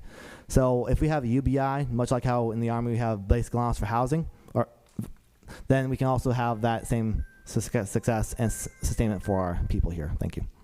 Thank you. Eric.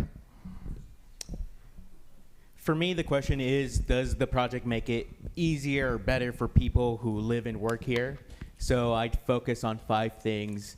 First, affordability. If it's housing, who can actually afford it? And I think we can legitimately say things are getting more and more expensive, and people aren't, especially those who live currently in Mountain View, aren't able to transition to new affordable housing. Infrastructure, does the project help address transportation and public service needs that come with growth? Sustainability, is it easier to get there by walking, biking, or through public transit? Jobs, I'm an SEIU member, a proud union member, and I believe that growth should come with the development of jobs, not just focusing on housing. Community impacts, are residents better off because we approved it? I support growth, but it should be transparent and deliver the benefits for our community. And I think that's what every council should be looking for. And as council, it should be very clear and upfront what we are seeking in these projects.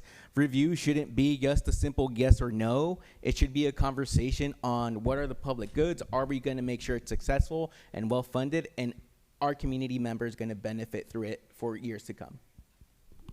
Thank you. Sam. I would simply say I'm new to politics, but I'm not new to Mountain View. This is my home. And when I look at developments that have taken place, are we knocking on the communities that we're going to be improving or developing those areas? Are we actually talking to the citizens? Have we collected data from the brand new apartments that are going up here in Mountain View? How many of those are currently vacant? You know, we got to look at those things before we make a decision. And talking to people, our jobs here in City Council is to listen, the people here in Mountain View, and to hear your voice and hear what you have to say. Not come in here and talk about, hey, I know how to do this or that. No, this is our community, and we want to have a voice in it. And when we look at these new developments that are taking place, is it really going to benefit someone? Is it going to help someone? Is it going to? If it is, awesome. Let's do it. Let's move forward with it. But I think that we need to get back to the basics here in Mountain View, is to talking to our citizens. And I see those signs out there, hey, scan the QR code, come in and meet. Like, that's awesome.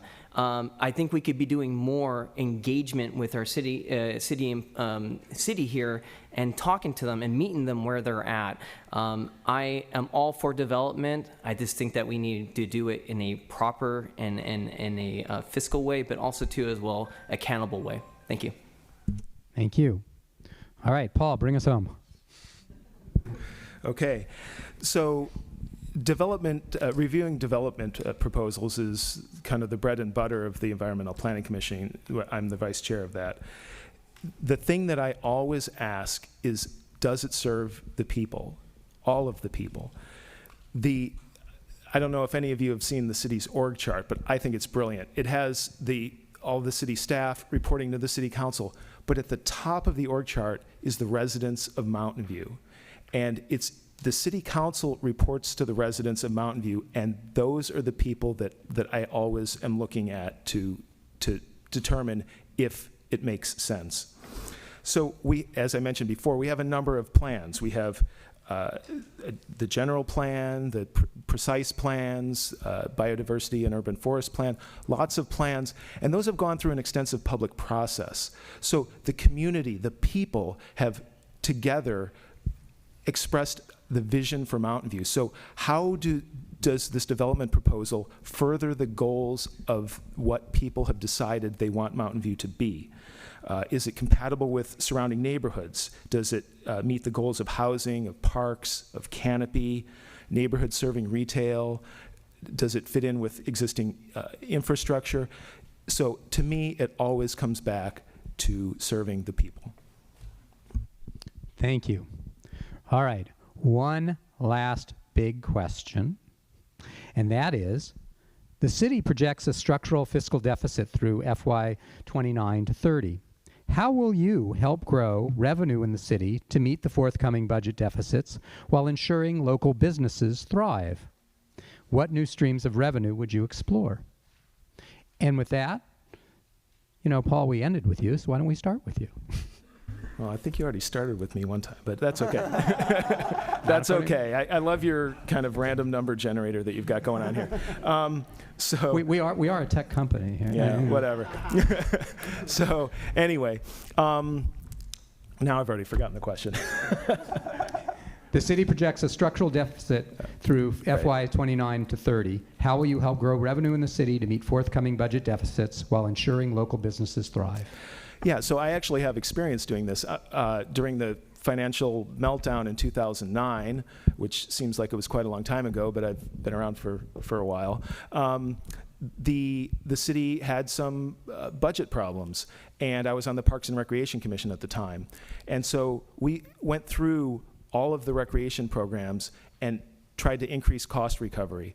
We analyzed each program and whether it was primarily benefiting an individual, whether it benefited a kind of a disadvantaged group, or whether it benefited the community as a whole. And then we increased cost recovery, basically increased the fees for things that just primarily benefited a single individual. So basically increasing the fees that the city charges to try to recoup its funding is a thing that I primarily look at.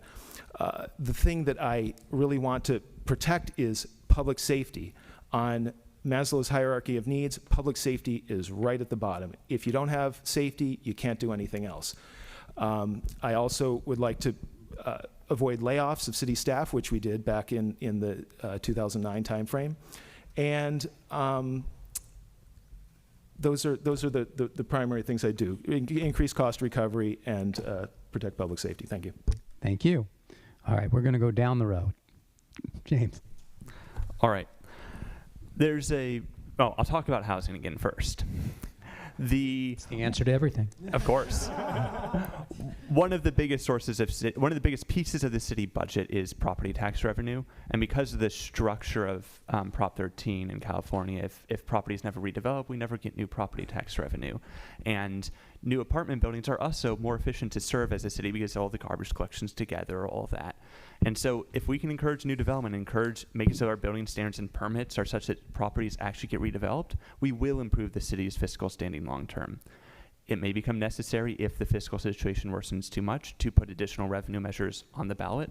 I'd want to focus on measures that are evenly spread and have predictable revenue. We do also have a revenue ballot on the measure this November. It's basically a hotel tax. You should probably vote for it to help the city's fiscal sustainability. But fundamentally, I would keep an eye on the long-term health of the city and put new measures forward that were sustainable if needed. Since we're talking about tax measures, I'm also going to throw in a pitch for our public transit systems, which are facing an even worse deficit right now. There is a regional transit measure sales tax on the ballot this November. I would encourage you to vote for that so that Caltrain doesn't disappear on the weekends. Thank you. Thank you. Continuing down, Celia? Thank you. So I sort of mentioned one already, so I'll just kind of say that. But I do think a vacancy fee it would be small, but I think it would leverage a small fee, but actually for much more benefit, right? So once we're not having those vacancies, those people, those businesses, those residents, whatever, because I do believe it could apply to residences as well, they're all part of our economy, right? So making sure that every part of our city is part of our city and is collaborating in our economic success.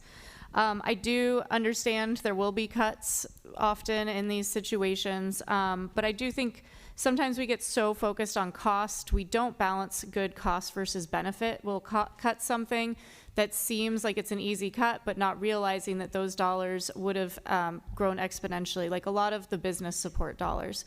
Those aren't things that we want to cut because we know that those dollars end up coming back threefold, fourfold to our community. So really making sure that we are being thoughtful about which things we cut, and then when things are better, hopefully bring them back. I think it took 10 years before we got some of those fees back down again so that people could utilize our public resources. And then also, this is one of my pet projects, but utilizing our volunteers to maintain the quality of life and leverage the dollars we spend. We work with Canopy for our tree restoration. We're starting to look at how volunteers can put native plants into our parks where we have to remove the turf and things like that. Thanks. Thank you. Eric. Yeah, so I'd start by reviewing the spending of the money we already have. Before asking businesses or residents for more, we should look at efficiencies, review lower priority spending, and make sure permanent programs remain permanent. But also we have to make sure that we're growing our way into a stronger fiscal position, and that means helping businesses start, stay, and grow, filling vacant storefronts and offices, attracting new employers, and supporting development that strengthens our economy. I'd also like to review sources that wouldn't put burdens on our small businesses or our residents either. So as you heard, Measure F will be on the ballot, and that's money that we can use very much effectively that wouldn't place a burden on you, but it could dang well fund vital services that we need in order to prevent job losses, loss of vital services, and continue the production of the necessary housing that we need. Also pursuing grants and regional partnerships and working towards making sure that we have better uses of our assets. For me, it's about focusing on growth and to make sure that the city can grow along with it as we are developing into that Mountain View tomorrow. Thank you. Ida Rose. As an entrepreneur, I actually care very much about fiscal responsibility. But Mountain View has been fiscally strong for a very, very long time. We've had a AAA bond rating for a long time. We've avoided any kind of layoffs. We have a reputation for very responsible financial management, and that's something that matters to me to keep. But when Peter mentions the deficit, we're looking at a relatively small dip as our expenses increase faster than our revenues, but we're talking a few $1 million, not necessarily a catastrophic amount. So it's something we need to keep an eye on to make sure that we don't have a long-term increase of expenses that exceed our revenue, or one thing. There's a few things I think we can do. Our number one way we make money is through property tax, so we need to make sure that Mountain View is a place that people want to call home and to own businesses to keep that stable.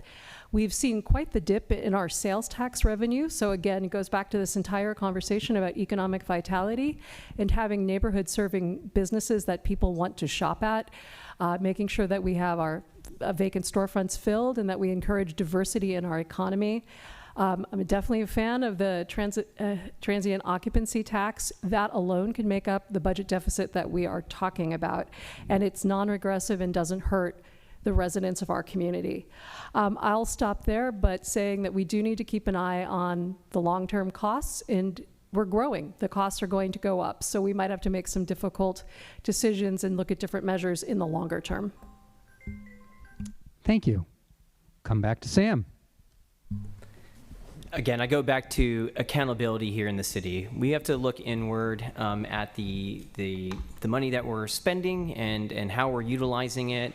Also, I want to say that, again, we need to be investing into these small businesses, large businesses, through social media. I think it is such a powerful tool, how we can connect, even with the e-commerce here, how they're utilizing Instagram and Facebook. We could be doing more for our businesses here. And what does that do? That helps you, the citizens here in Mountain View, because guess what? People are wanting to come here. People are wanting to spend their money here. People are wanting to start here and grow here and develop here.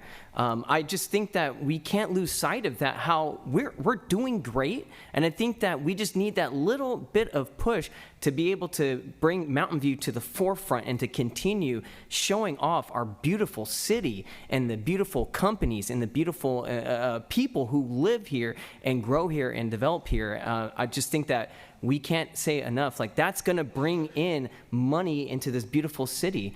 Also too as well, we can collaborate with these big tech companies that we do have here.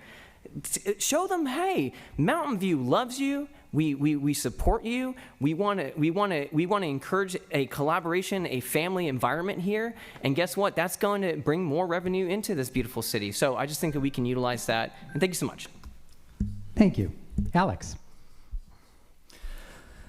So, much like Paul, I also have experience in this area, more alongside of the federal side rather than the local side from that perspective. But the work that I have done has affected this local city.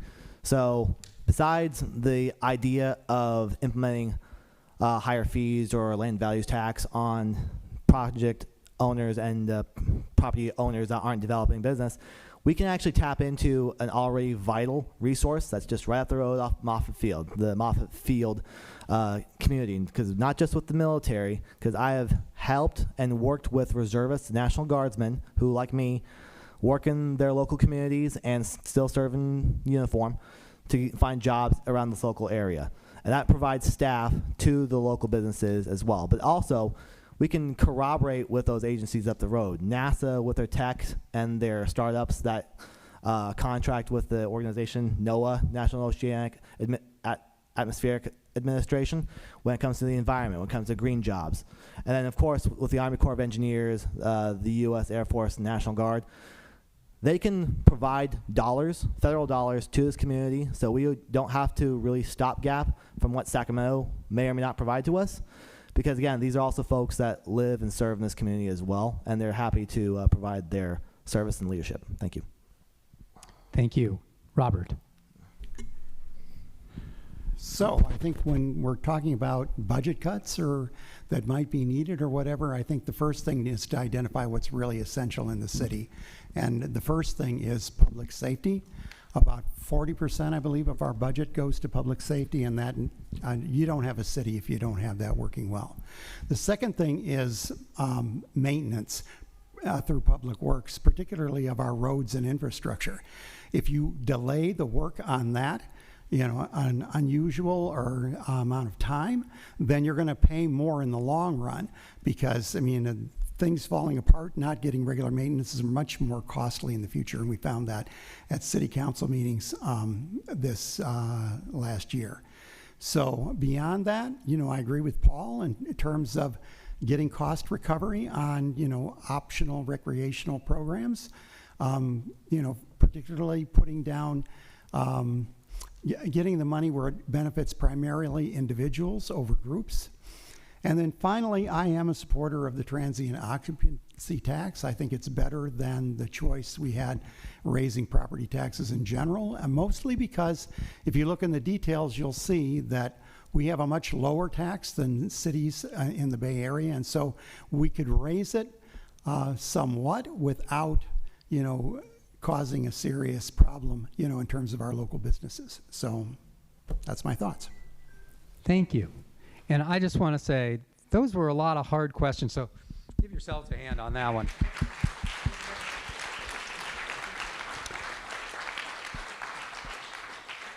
All right, time to take a quick swig, shake it out a little bit. We're going to the lightning round. And the way the lightning round works is no 1 minute, no timer. It's a yes, a no, or haven't made up my mind yet. I will give you that out. All right?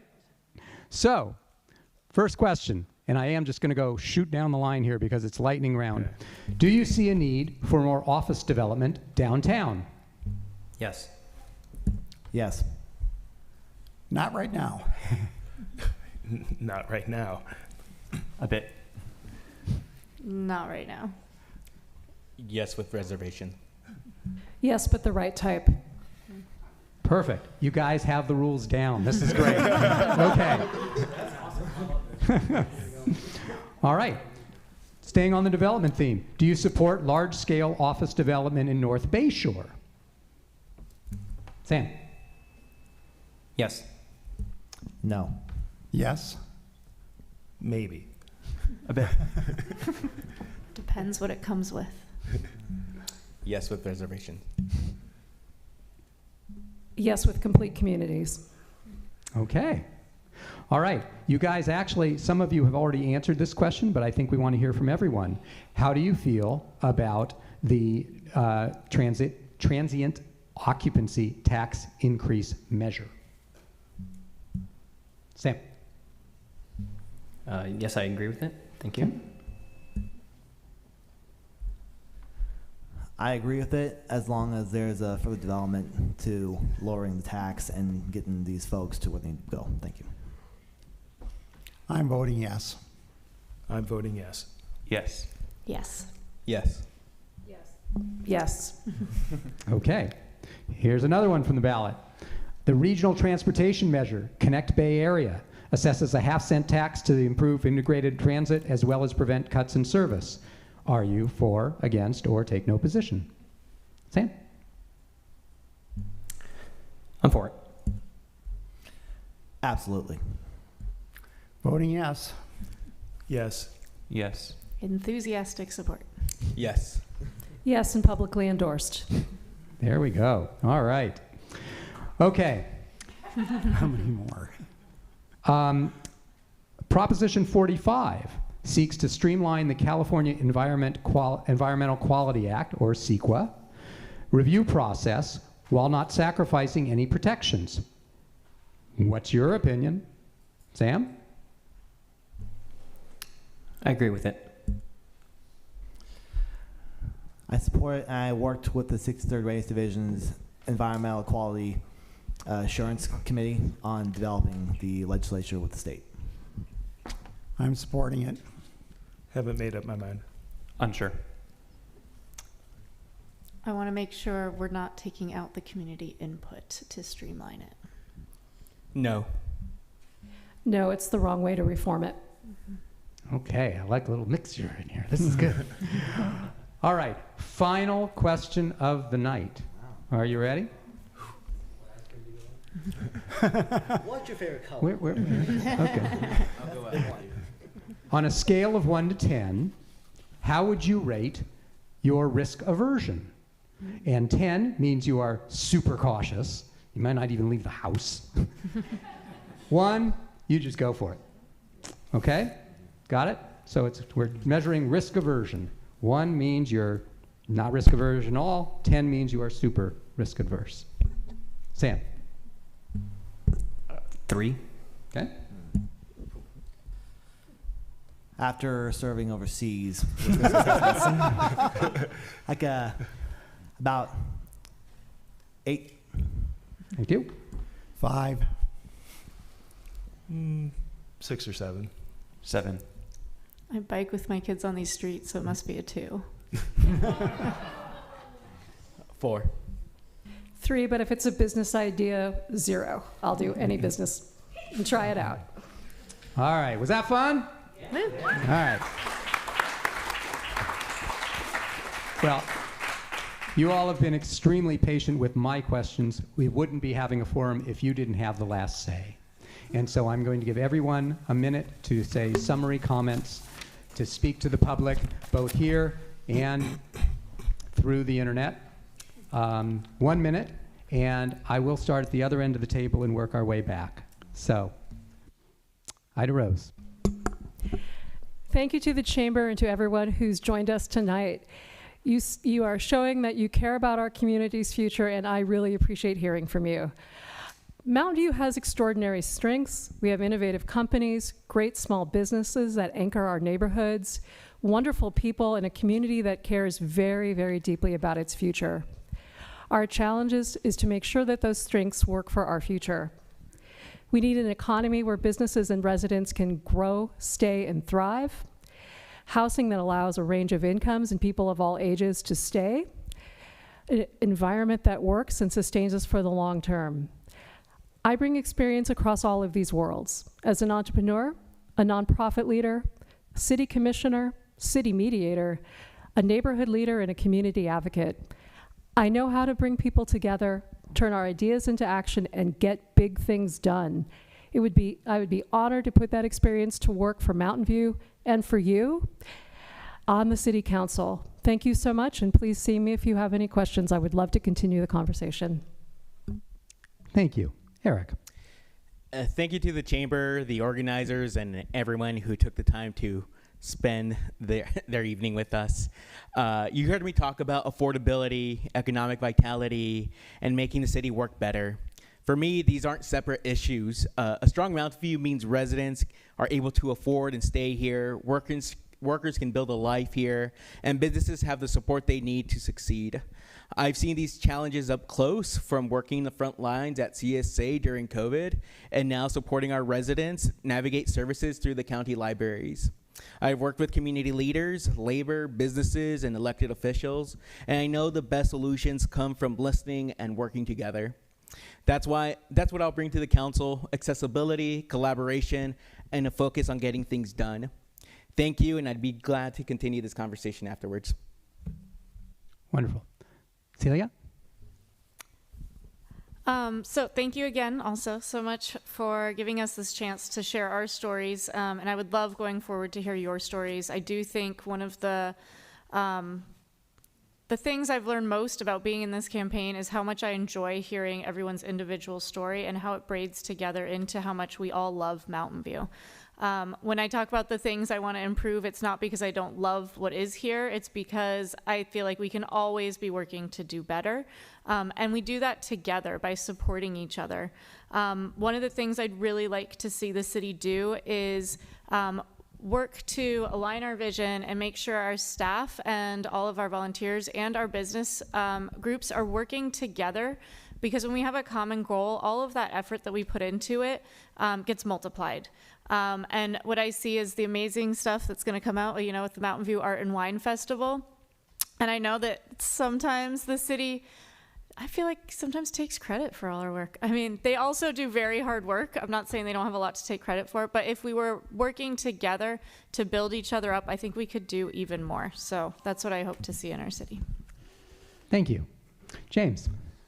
Thank you, Peter. I've been blessed to get what Mountain View has to offer in my life of growing up here and living here. And I've been proud to be able to give back to the city thus far. I got an amazing education at Mountain View High School, including getting mentored on the local robotics team there, and I was able to go back and mentor that as an adult and then mentor a local Girl Scouts robotics team. I've been able to go and give extensive feedback on the city's Bicycle and Pedestrian Advisory Committee. I've been able to go and advocate for more housing and better housing at the City Council, and to go organize local No Kings events to rally our neighbors.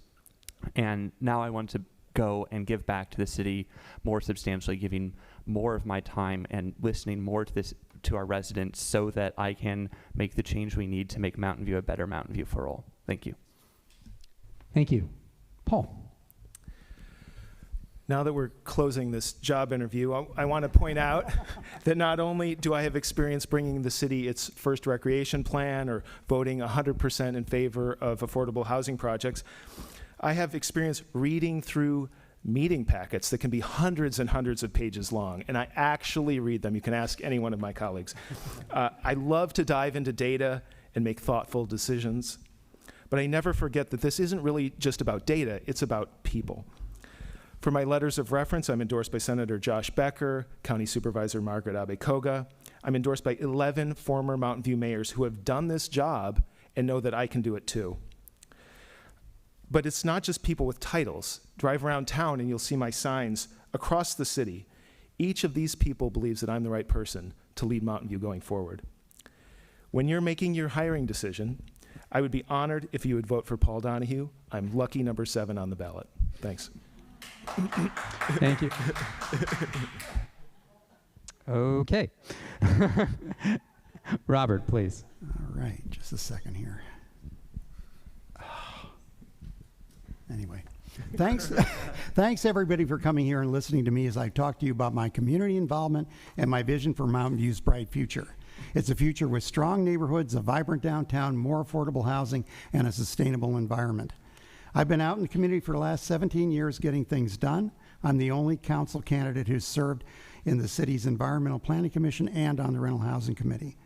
I've served on my neighborhood association board for 16 years. The work I've done here is just a start. On council, I will do more.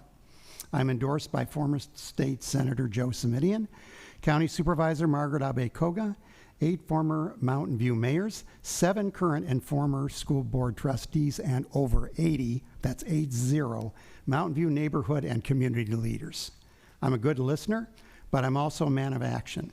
I'm here to serve you full-time as a council member. I will be your advocate to fix the things that don't make sense. I'm Robert Cox, number 2 on the ballot, and respectfully request your vote. We'll go to robertcoxforcouncil.com to learn more. Thank you. Alex. So, a lot of what you heard about me this evening is my experience as a U.S. Army officer, but I am also an experienced public administrator, educator, community leader, and in general organizer. But I believe it was Theodore Roosevelt who said that people don't know how much you know until they know how much you care. So I've also volunteered with local environmental groups like Friends of Stevens Creek.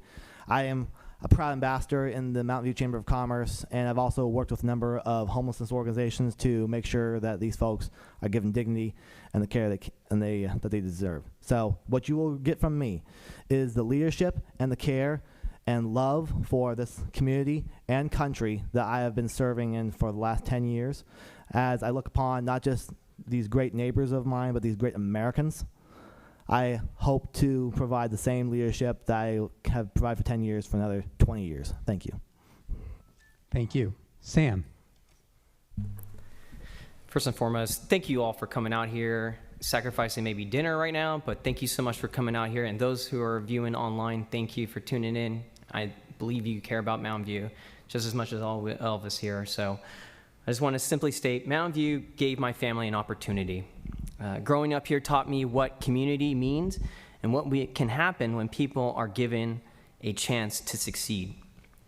Now I want to give back. I want Mountain View to be a city where an entrepreneur can open their first business, an existing business can grow, and an employee can afford to live near their job, and companies can continue to choose to invest here. I bring more than 15 years of operational experience and a willingness to listen and commitment to getting things done. And whether you're running a business or raising a family, I want you to feel that the City Hall is working for you and not against you. I'm Sam Ali. I am Mountain View made, and I'm ready to work and be honored to earn your vote. Let's go Mountain View. Thank you. Thank you. Well, with that, ladies and gentlemen, the 2026 City Council candidates.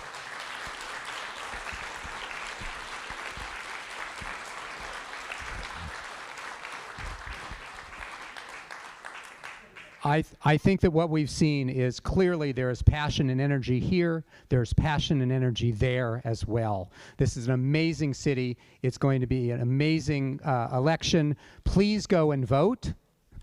And with that, I bid you a very good night. Thank you, everyone.